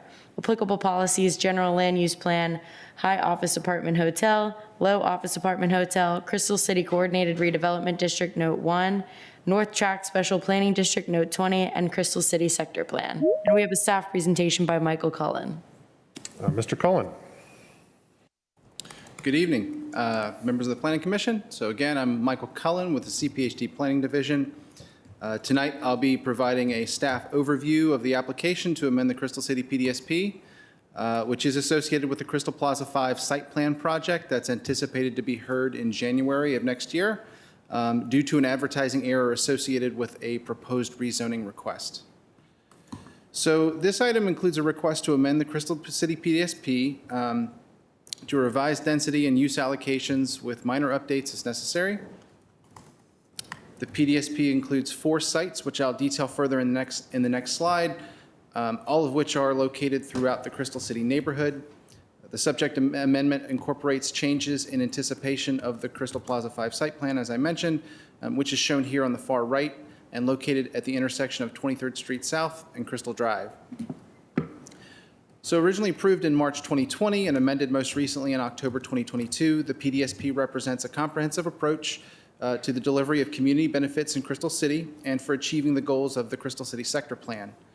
The existing PDSP as amended binds 4 non-contiguous projects to contemplate the maximum amount of density achievable with the associated final site plan applications and community benefits commitments for each project, which include the aforementioned Crystal Plaza 5 site at 223 23rd Street and 2250 Crystal Drive, the 1900 Crystal Drive site approved in March 2020 and currently under construction, the Crystal Gateway site approved in November 2020 at 101 12th Street, and the Crystal Plaza 1 site approved in May 2021 at 2050 and 2051 South Bell Street, which is also currently under construction.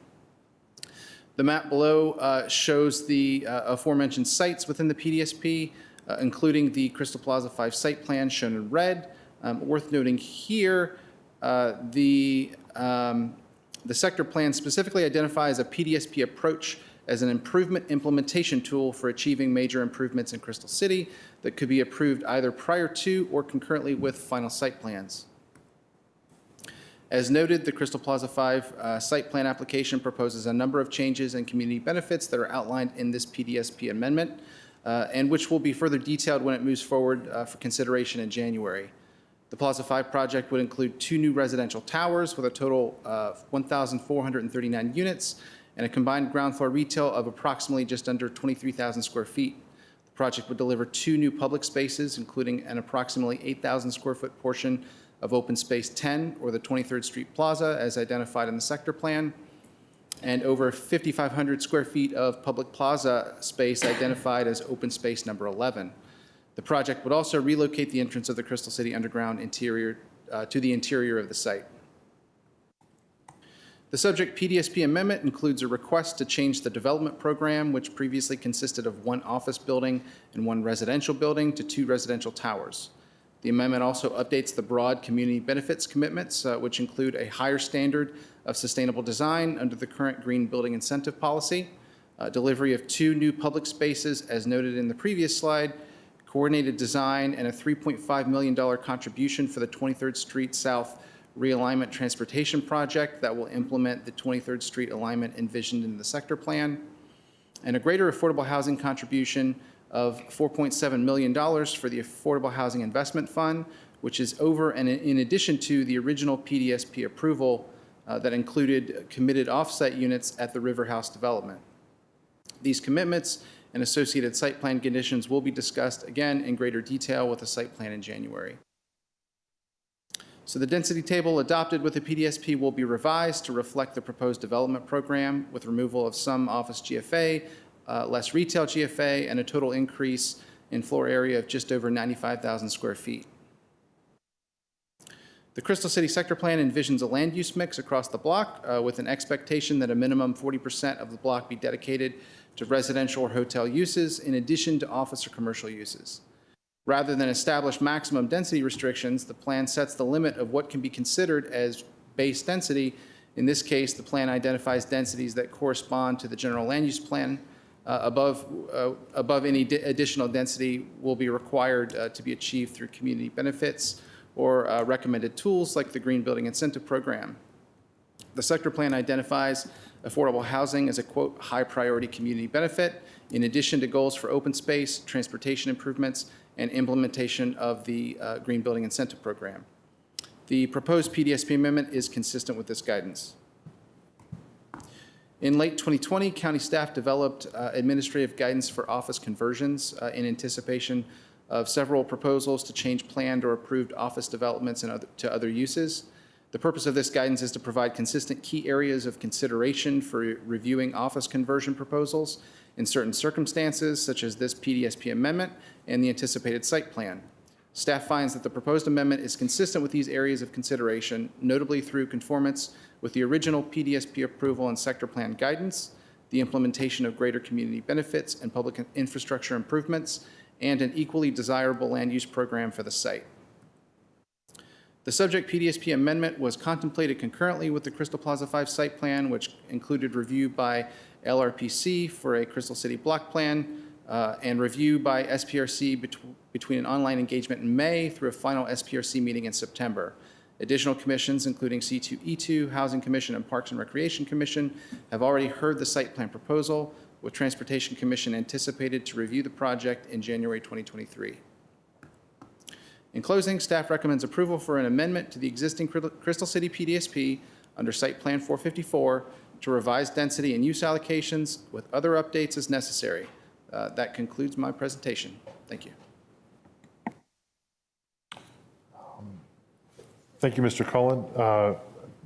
We have the applicant here to present. Do we have any others? I don't believe we have an applicant presentation, and there's no public comment. And there's no public comment. Okay. Mr. Whitmore, I saw you reaching for the mic. You threw me off a little bit there. Commissioner Schroll, I think I'm going to go to you for the, let me, it would be in order for me to go to Commissioner Lantelmi first, I think. We have no public comment, but Well, wasn't the Parks and Rec Commission supposed to have someone here tonight? I thought their letter said that. You should see if there's any commissions here. I don't know. Yeah, you're right to ask. Do we have any commissions that are present other than Commissioner Lantelmi representing the Transportation Commission?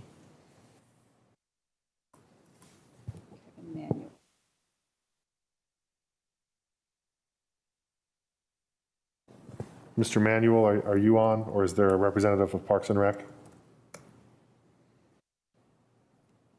Okay. Commissioner Lantelmi, do you have we'll go to you for the Transportation Commission first. Yeah, this did not come before Transportation Commission. Okay. That's great. It's brief, if nothing else. So then I will note that the discussion is now with the commission, and I will begin by going to Commissioner Schroll. Thank you, Mr. Chairman. I'll just keep this brief. I did circulate a memo which covered most of the things that Mr. Cullen just walked through. At this stage, I think what's before us this evening is is really just the approval of changes in density. There will be, I think, further discussion when we have the site plan come before us in January. The letter that we did get from the Park and Rec Commission, I think is more relevant to consider when we talk about the site plan and not as relevant tonight for tonight's discussion.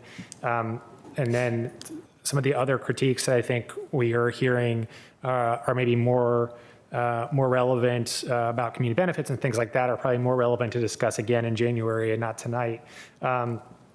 So with that, I think I don't necessarily have a discussion agenda for you all because there aren't really outstanding issues necessarily with respect to what's before us.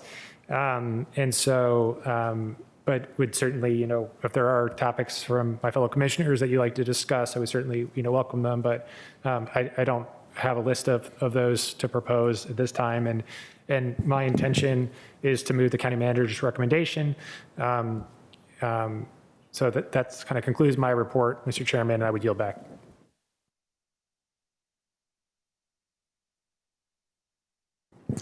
Thank you, Commissioner Schroll. I'm going to incorporate your comments, Commissioner Schroll, in echoing what we did with the with item 2, and that I think that we've got a very limited set of issues, and so could I ask that you give us a motion and we can do questions and comments within that context? Certainly.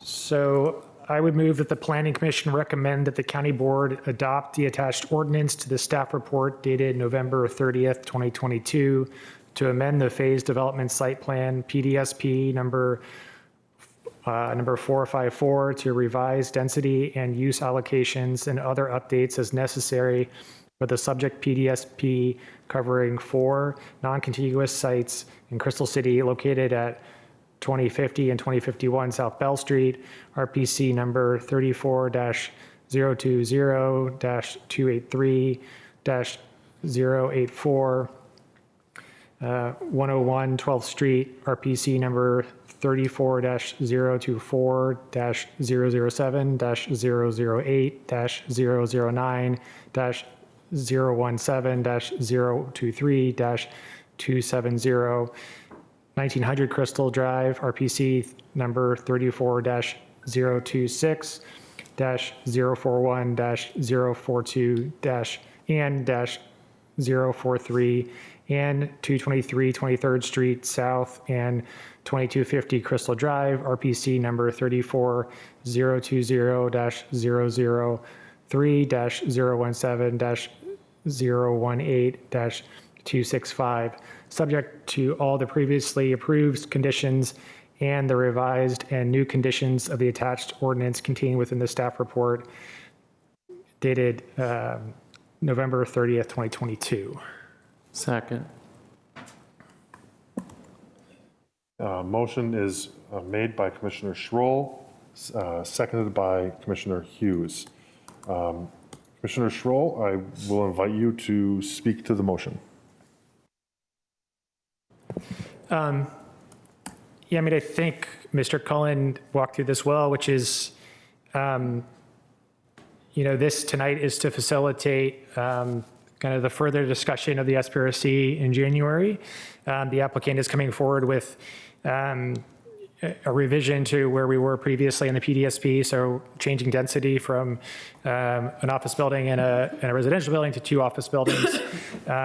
And there are associated community benefits that are called for in the sector plan, which is helping them earn that density. So it's the public parks and the maintenance of the underground, et cetera. So really tonight it is to facilitate the changes in the public benefits, but it's also, and to kind of bake those in, but it's also to kind of reallocate the density, and it really creates that framework under which we could consider the site plan come January. The reason we're not considering both, as Mr. Cullen noted, is there was just a notice issue with the airport, and so normally we would consider these things simultaneously. And it would have been very similar to what we just did, where we were kind of moving density around with the PDSP, and then we would consider a site plan. And that's how we would do it normally, but because of the notice issue, we were not able to do that this evening. So I think that's it on the motion, and obviously, I tend to support it. I'll yield back, Mr. Chairman. Thank you. Any other questions or comments? I'm going to start, actually, you know what, this time I'm going to start with Commissioners Lantelmi and Giron so that I don't, as we get toward the end of the night, start forgetting them again. Yeah, I have no further comments on this. Thank you. Nor do I. Commissioner Schroll answered all my comments via our correspondence. Thank you. Commissioner Hughes, I saw you first. Just a quick question for staff. Is the noticing function exclusively impacting the Planning Commission, or was it noticed in time such that the County Board could have heard it had the Planning Commission met the timeline? In other words, were we forgotten? Or is it both? It would have impacted both regardless? It's both. It's a state code requirement that for notice for rezoning specifically in this case. Okay. Thank you. That's a good question. Commissioner Sarli? I thought I saw your hand up. I'm sorry. Okay. Over on this side. All right. So without any other questions or comments, I am going to go down the roll. Commissioner Bagley, starting with you. Yeah. Commissioner Giron? Aye. Commissioner Bagley, that was a yes, right? That was an aye. Thank you. Commissioner Hughes? Aye. Commissioner Lantelmi? Aye. Commissioner Patel? Aye. Commissioner Peterson? Aye. Commissioner Sarli? Aye. Commissioner Schroll? Aye. Commissioner Steinberger? Aye. Chair votes aye. Motion carries 10-0. Thank you to staff for the applicant for being here. I'm glad that this project was able to move along to the extent that it was able to move along. You're welcome, Commissioner Patel, for taking one thing off of your plate in January. Yay. Madam Chair, or Madam Clerk, who often functions as the chair, would you please call the next item? Item number 6 is Planning Commission committee reports and other business, starting with the approval of the November 2nd, 2022 meeting minutes, and then staff report on current matters. Are there any proposed amendments or corrections to the minutes of our November meeting? Commissioner Lantelmi or Giron, your opportunity. Hearing none, I entertain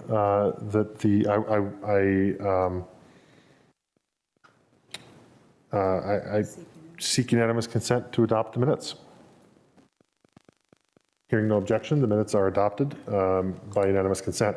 We'll go first then to staff report on current matters. Mr. Pfeiffer. Thank you, Mr. Chairman. We have no report this month. Thank you, Mr. Pfeiffer, and thank you. The SPRC report, Commissioner Peterson, I know that you send these things out in advance. Is there anything you wish to add to your circulated report? Just that I am looking for SPRC project chairs for the Red Lion in Best Western, as well as the Sunrise South Glebe projects that should be coming online soon. So if either of those projects interest you, please let me know. Otherwise, I will be harassing you individually. Thank you.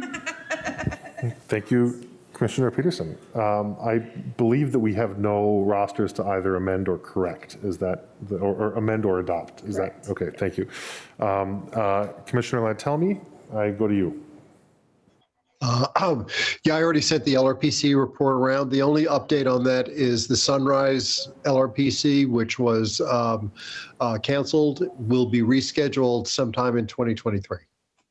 And I think that we should note that the rescheduling of the Sunrise LRPC has prompted the beginning of some conversations, or certainly the scheduling of some conversations about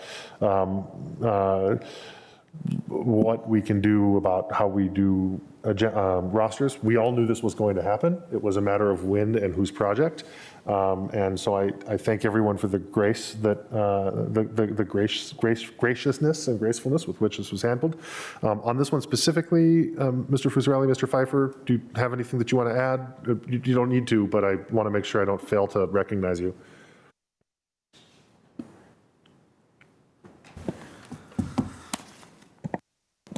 Good evening, Chair Weir and members of the Planning Commission. Anthony Fusarelli with the Planning Office. Not too much more to add. I think this, as you put very nicely, I think, we knew when we began this process, it was going to be a learning process and there was going to be iteration and opportunities for refinement. So just as I think we from the staff side and hopefully you from the commission side have found the approach thus far working generally well, there are opportunities for improvement. And I think the rescheduling or the cancellation of last Tuesday's long-range meeting and the need to reschedule that just identified one of those opportunities for improvement that we look forward to having further discussion and solution formulation with you all going forward. So thank you. Thank you, Mr. Fusarelli. Zoko. We do have a December 13th at 3 p.m. ZOCO meeting. That's going to be Commercial Resiliency Initiative by the Economic AED. The other report would be the missing middle, which we'll be meeting next week. So I'll defer to then to speak further on that. That's it. Mr. Chairman? Yeah, Commissioner. Sure. Commissioner Sarli, there's a 3 p.m. ZOCO meeting? Can I ask you and or staff why there's a 3 p.m. ZOCO meeting instead of a 7 p.m. ZOCO meeting? I believe it was a full calendar issue. Okay. Mr. Fusarelli, why is there a 3 p.m. in the afternoon ZOCO meeting? So there was building from, I think, the comment about the calendar challenges 2 weeks ago, I think, before some of the updates in terms of notifications that were not met the way they needed to. We were looking at the prospect of a 3 or 4 evening slate of December Planning Commission meetings. We're looking at long-range meetings last week and the opportunity or need really for ZOCO discussion as well. And I think in consultation with ZOCO leadership, there were a range of alternatives that were considered in terms of how to address that. And I think through those conversations, we landed at this 3 p.m. meeting next Tuesday afternoon. I don't know if either Commissioner Patel or Sarli would want to add anything I may have missed. Yeah, can I jump in? Because I want to fall on this sword before I let you do that. And that is that as Mr. Fusarelli pointed out, both items 1 and 5 should have been as involved, were anticipated to be as involved as item 4. And so we truly were looking at a December meeting where we had 4 long, like 4 nights, 4 hours each. That's when the decision to schedule it was made. It just so happens that that we got a little bit of pressure release on our evening agendas. It would have been a bruiser of a December, and I'll let I will be happy for anything that Commissioner Patel and Sarli had. But I was also asked whether or not I was supportive of this, and my response was that if they're supportive of it, I'll do what I can to support it too. Look, meetings have to happen, and at the time we didn't know when it was like. We didn't know what was going to happen. I'll defer then to the zoning committee co-chairs. Yeah, I mean, so the other problem was beyond this pressure valve and beyond the fact that we were having a lot of meetings. We had a consensus issue. We had 2 things kind of building simultaneously. One was whether we were, not a consensus, excuse me, a quorum issue, whether we were going to be able to make quorum one more night for an evening meeting. And then the other issue was actually literally scheduling and trying to find room to be able to schedule this meeting. And so if we weren't able to put it at 3 p.m., we were going to end up having to move it to January, which was not a preferred course of action. If I could point out, Elizabeth Guerin has her hand raised. Thank you. We'll go to Commissioner Guerin. Well, and then back to Commissioner Sarli, if you. I understand that we have a full schedule. I can't believe we would schedule something for 3 p.m. when we've struggled so hard to get a quorum for the meetings that we do have. And if this is our policy going forward, that we will be scheduling meetings during the workday to accommodate our busy schedule. I guess I need to know that in advance. I'm not going to be able to accommodate a midday meeting. Yeah, I would concur with Commissioner Gearin, if I might. Like, this is breaking from some pretty consistent policy of not doing that. And I mean, the zoning committee is just us normally, so maybe slightly different. But to Commissioner Gearin's point, I think the majority of the people on this dais work full time. And so that's a difficult thing for us. And I mean, it better not be an SPRC or an LRPC where we're asking members of the public to come, or we're going to be vilified for that. Because, so I will say right now, for the remainder of my time in the commission, which is the same as Commissioner Hughes, is I'm not going to support anything that has a 3 p.m. meeting on a weekday. That's ludicrous. Yeah, I mean, I don't think that your point is invalid at all. I think in this particular space, we were faced with two very not great options. One was not host a meeting and just have a memo and the matter just come before us, or have a meeting at 3 p.m. in where however many of us could be there to have the conversation. And so we opted for, it was a collective decision. We opted for a 3 p.m. meeting just to be able to have some form of conversation on this particular issue.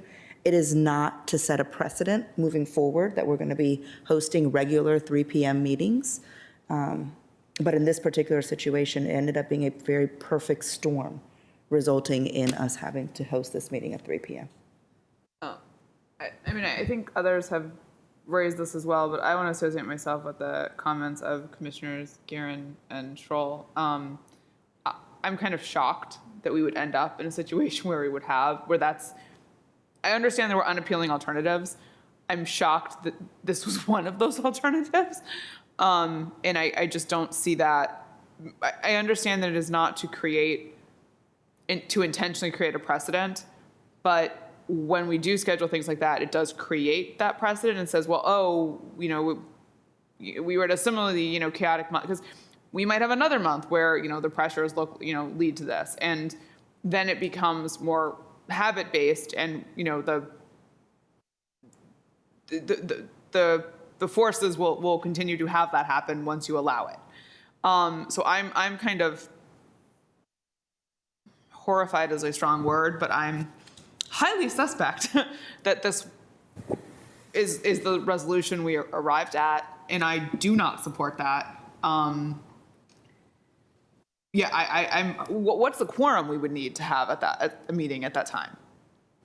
Is there a quorum? So per the Planning Commission bylaws that were updated as of September, Yeah. for ZOCO, Long Range Planning Committee, or a Site Plan Review Committee, the quorum is 3 members in person.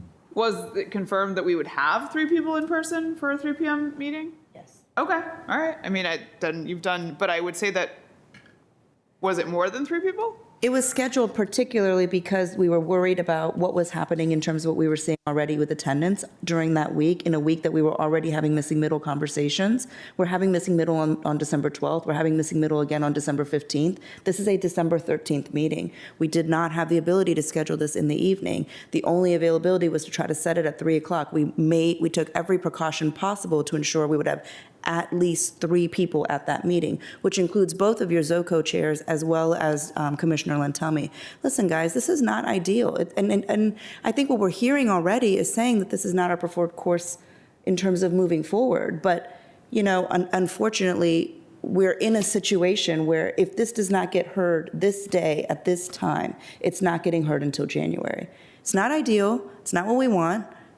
We all get it. But this is kind of where we are, and we'll have to try to do whatever we can next year to make sure we don't find ourselves in this position again.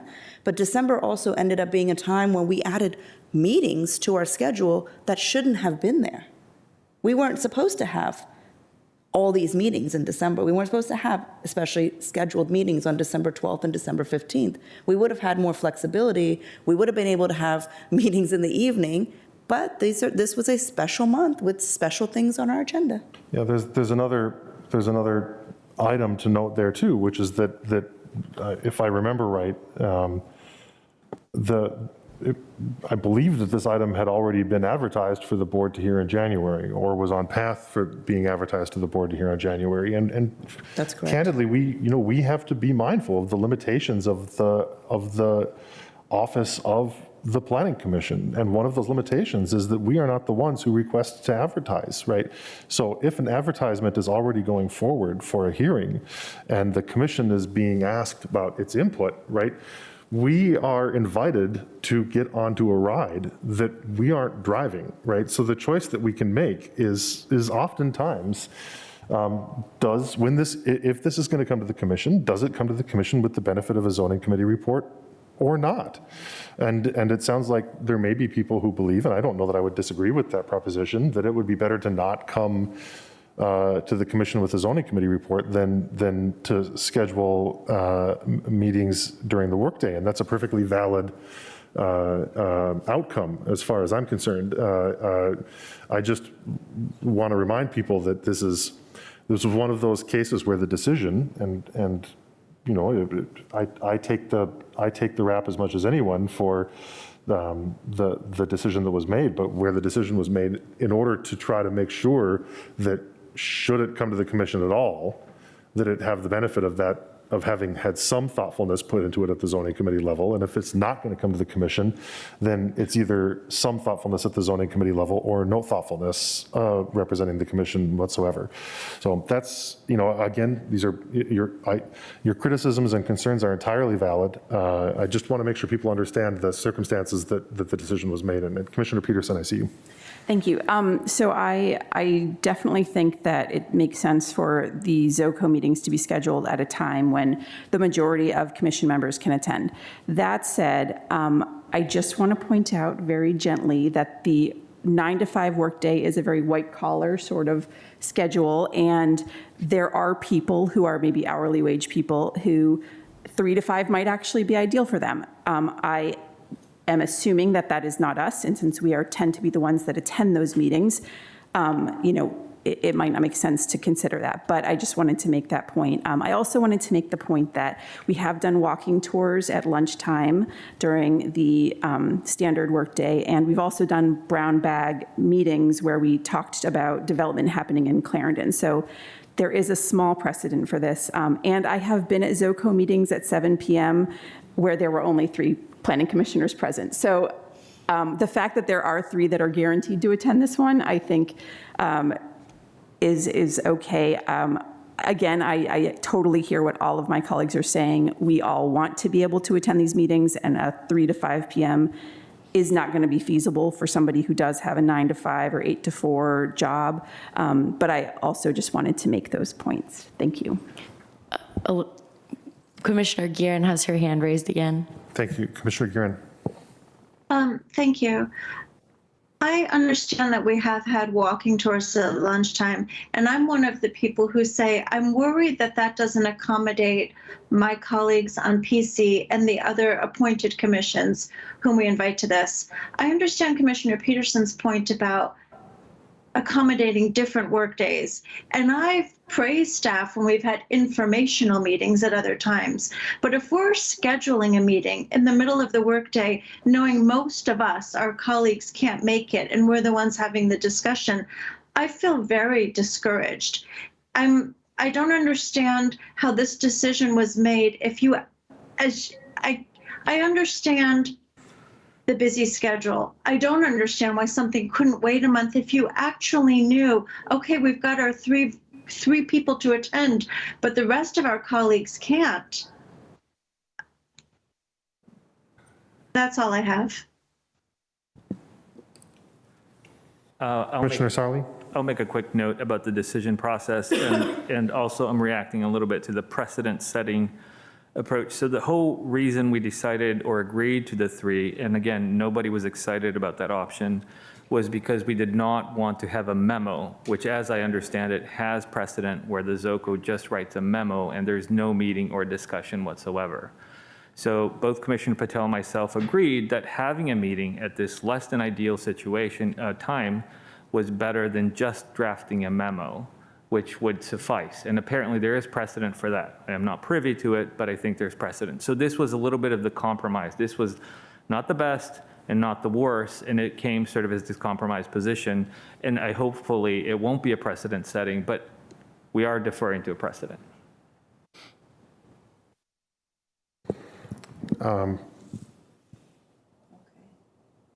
I guess all I want to say, Commissioner Hughes.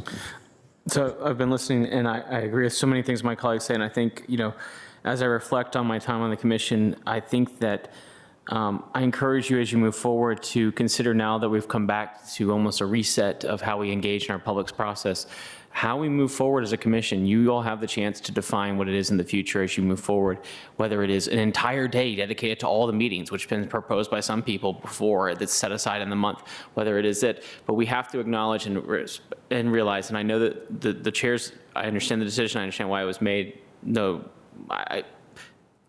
that's what I'll leave that statement at. But it is important for each of us to really do think about the question we have, is the past 7 p.m. meeting the best thing? And try to take that with you and work without your colleagues, because I would encourage you, I think that there's a better way to do this in the future, because almost all of us work, and I know a lot of us work full time. So, it would be one thing if you asked me to take off a day and commit it to doing the entire day of 12 hours. Not fun, but maybe Anthony would buy lunch. But that sort of mentality, so don't confine yourself with the concept of exclusively what has been the past, but do recognize that if you're going to deviate from the past, it does, as Commissioner Scholl say, it's what the expectation is. And so it is a big deal to begin it. So just, that's what I leave you with to think about the next 5 months, because I'd love to see you guys do something different, in 2 years from now, come in on a PC day where I just take off and say, I'm just going to watch you guys with popcorn, but think about it and that mentality. So I think with that, Commissioner Weir, I'm ready. Well, I'm in something of an awkward spot of trying to either synthesize or at least affirm the comments made by my colleagues, but not really being in a position to promise that anything will be done about them. Other than to say that we have all been working together for some time, and I am confident, and I hope that you all remain confident that your very thoughtful colleagues will be mindful of the comments that you have expressed.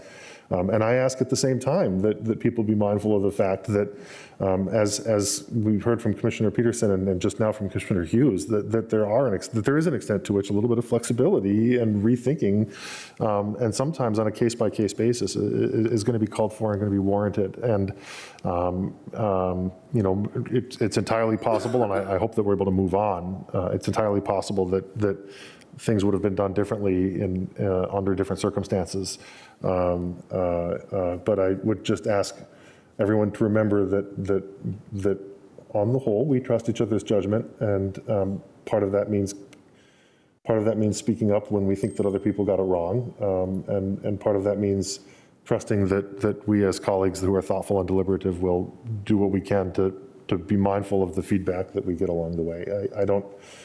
I feel some obligation to try to put a button or a bow on this, and that's the source of my comments. But thank you to those of you who've expressed your concerns. And that's the Zoko report. Great job. PFRC. I don't think I have a report. The Career Center next steps will be coming back again, maybe next month. But maybe not. I think next month. Thank you, Commissioner Steinberger. Commissioner Hughes, former Code Advisory Working Group. Just a primer, in the next coming months, I don't know which one exactly, expect to see the Bank of America site before us for a use permit, sans the Wendy's site, so don't get too excited. And further, for those of you who have not yet, I really do encourage you to purview the 72 pages of the master Financial Development Plan?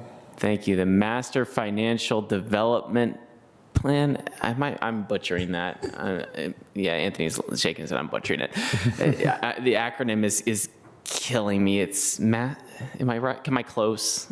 Please tell me I'm close. Yeah, I think you're close enough, I believe. And I would want to go back and confirm this, but I believe I've been referring to it in my own mind as the Master Financing and Development Plan. There we go. I think it's those 4 words, in whether it's in that exact order or some variation. Anyways, the 72 pages of reading pleasure relating to the Barcroft development's plans as they sort of amalgamate themselves, you all will be engaged in that discussion over the coming probably 18 months, if you want my guess, sort of working that one out. That's it. Thank you, Commissioner Hughes. So I am mindful of the fact that we still have another, well, let me just ask, Madam Clerk, is there any other commission business other than elections to go through? Have you done the form-based code advisory working group? Yes. Then no. Thank you. So typically we do this on the last night. I'm mindful of the fact that we still have a number of miles to go before we get any sleep. But I do want to take the opportunity to give the end of your chair's report while we still have some minutes and while we do still like each other. But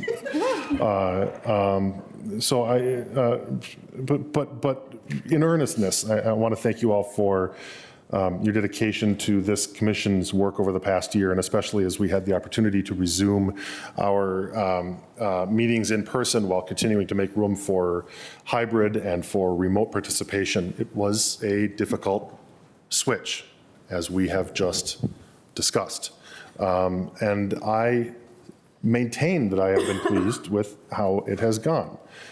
As I told the board when I represented the commission, the last time I represented the commission, I have no doubt that this commission, the 10 of us, at the time I included the 2 people who were still on the commission when I was elected chair, and I was still, but it's been the 10 of us, is the most credible and most thoughtful and most socially conscientious that the commission has been. Of course, there's work to do, but it is the most credible, most thoughtful, and most socially conscientious that the commission has been. It has been a pleasure and an honor to serve you in this role. As I said, we still have one more night, maybe 2, hopefully 1. Let's plan on 1. But I want to take this opportunity to thank you for the work that you've done and implore you to continue working together, relying on each other, as Commissioner Lantelmi said a year ago, and serving this fantastic county. It has been my pleasure and my honor. With that said, there's 2 more items of business.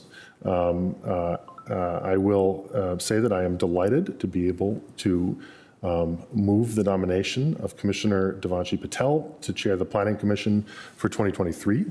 Devanshi is a past officer of the John M. Langston Civic Association, a lifelong Arlingtonian, a dedicated and highly regarded member of the Arlington County legal community, a committed public interest lawyer and advocate for healthy children, youth, and families, and, of course, as you know, a treasured member of this commission.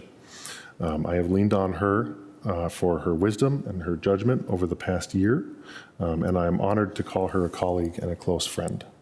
Can I get a second? Yeah, I'll second that. Thank you, Commissioner Lantelmi. You beat Commissioner Hughes by about a fraction of a, Commissioner Schroll, sorry, by about a fraction of a second. Maybe Commissioner Hughes too. I believe that I need to call the roll, and so I'm going to do that. Mr. Chairman. Yeah. But are there any other? No.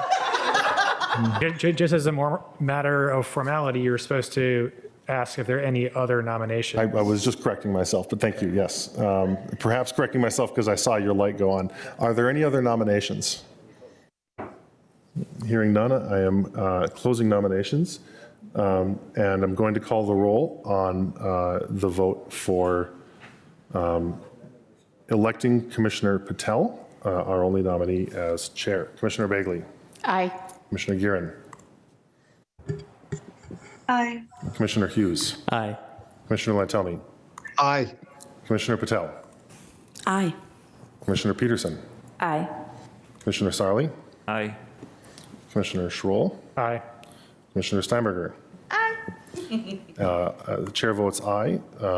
The motion carries. Congratulations, Commissioner Future Chair Patel.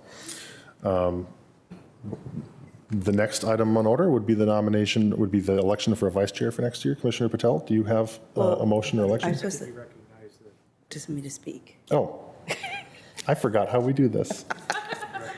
Yeah, I would have got to recognize the chair-elect. thanks. Well, thank you. So listen, I wrote a couple of things down just because I wanted to say it's been my pleasure serving as Daniel's vice chair. As you can imagine, we've had a lot of laughs. That's why I didn't want to recognize you. I don't want to hear any of that crap. Here it comes. You guys have been wanting to know how it's going, how it's gone. No, seriously, it's been my distinct pleasure and privilege to be your vice chair.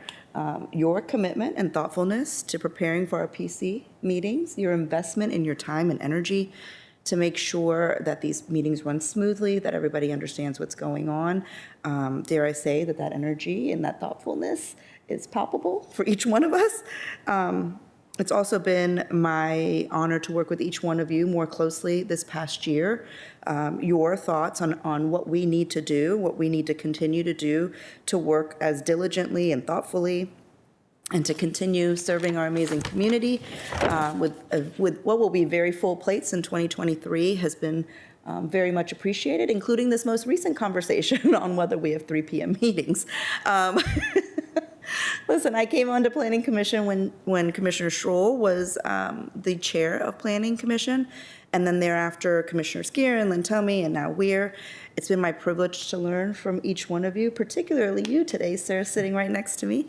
It's been my privilege to learn from your style, from your grace. I look forward to building on the tremendous foundation that each one of you has laid, including pushing for more uncomfortable conversations steeped in racial and social equity, even if that means simple things like making sure that renderings that are presented to Planning Commission from applicants better represent the diverse community that we live in. And so I will say thank you very much for each of you for your vote of confidence. And it is really my privilege and pleasure to nominate my appointment twin. Sarah and I share the same appointment date. Honestly, it is like I'm gleeful to be able to make this nomination. I move, yes, to appoint as vice chair. Yes, no, I nominate Sarah Steinberger to serve as the vice chair for the Planning Commission. Sarah was appointed to the Planning Commission in 2019, and she served on the Arlington Historic Affairs and Landmark Review Board from 2016 to 2019. She was also the vice chair of the Arlington County World War I Commemoration Task Force. She completed her service on that task force in 2018. She holds a JD from Temple University, Beasley School of Law. She also lives in, well, you don't live in the Ballston neighborhood anymore. You've moved. You've moved since your bio is going to need to be updated. But probably most importantly, she is the mother of the penultimate future PC member, because Daniel holds that distinct privilege now. Oh, no, not yet, right? I just outed someone. Yeah, you just did, yeah, not me.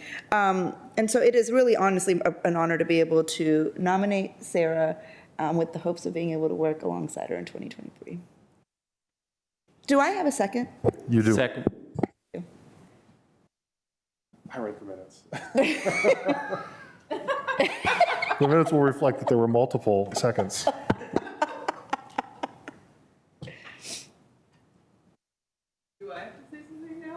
We haven't voted for you yet. We're waiting. Oh, are there any other nominations? Hearing none, nominations are closed. Commissioner Patel, do you want to call the roll? Oh, yes, thank you. Commissioner Bagley. Aye. Commissioner Gearin. Aye. Commissioner Hughes. Aye. Commissioner Lantelmi. Aye. Commissioner Patel votes aye. Commissioner Peterson. Aye. Commissioner Sarli. Aye. Commissioner Schroll. Aye. Commissioner Steinberger. Aye. Commissioner Weir. I vote aye. The motion to elect carries. Congratulations, Vice Chair-elect Steinberger.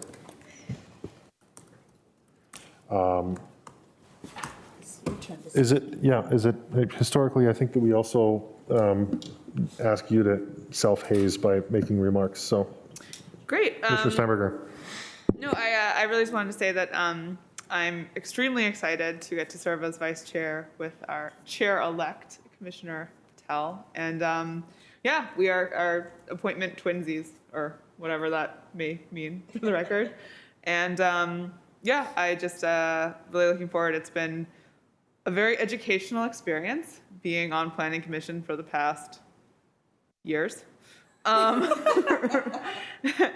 going from in-person to not in-person to back in person, and figuring out, the balance of all of that. And I have very much enjoyed working with all of you and learning from all of you, and looking forward to another year of what I know will be further education. So, thank you. Yay. Thank you. Is there any other items that need to be addressed this evening? Thank you for not adding anything.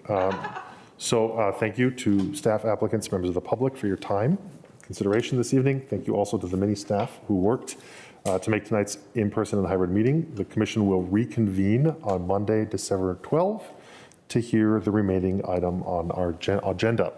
Until then, the commission is in recess.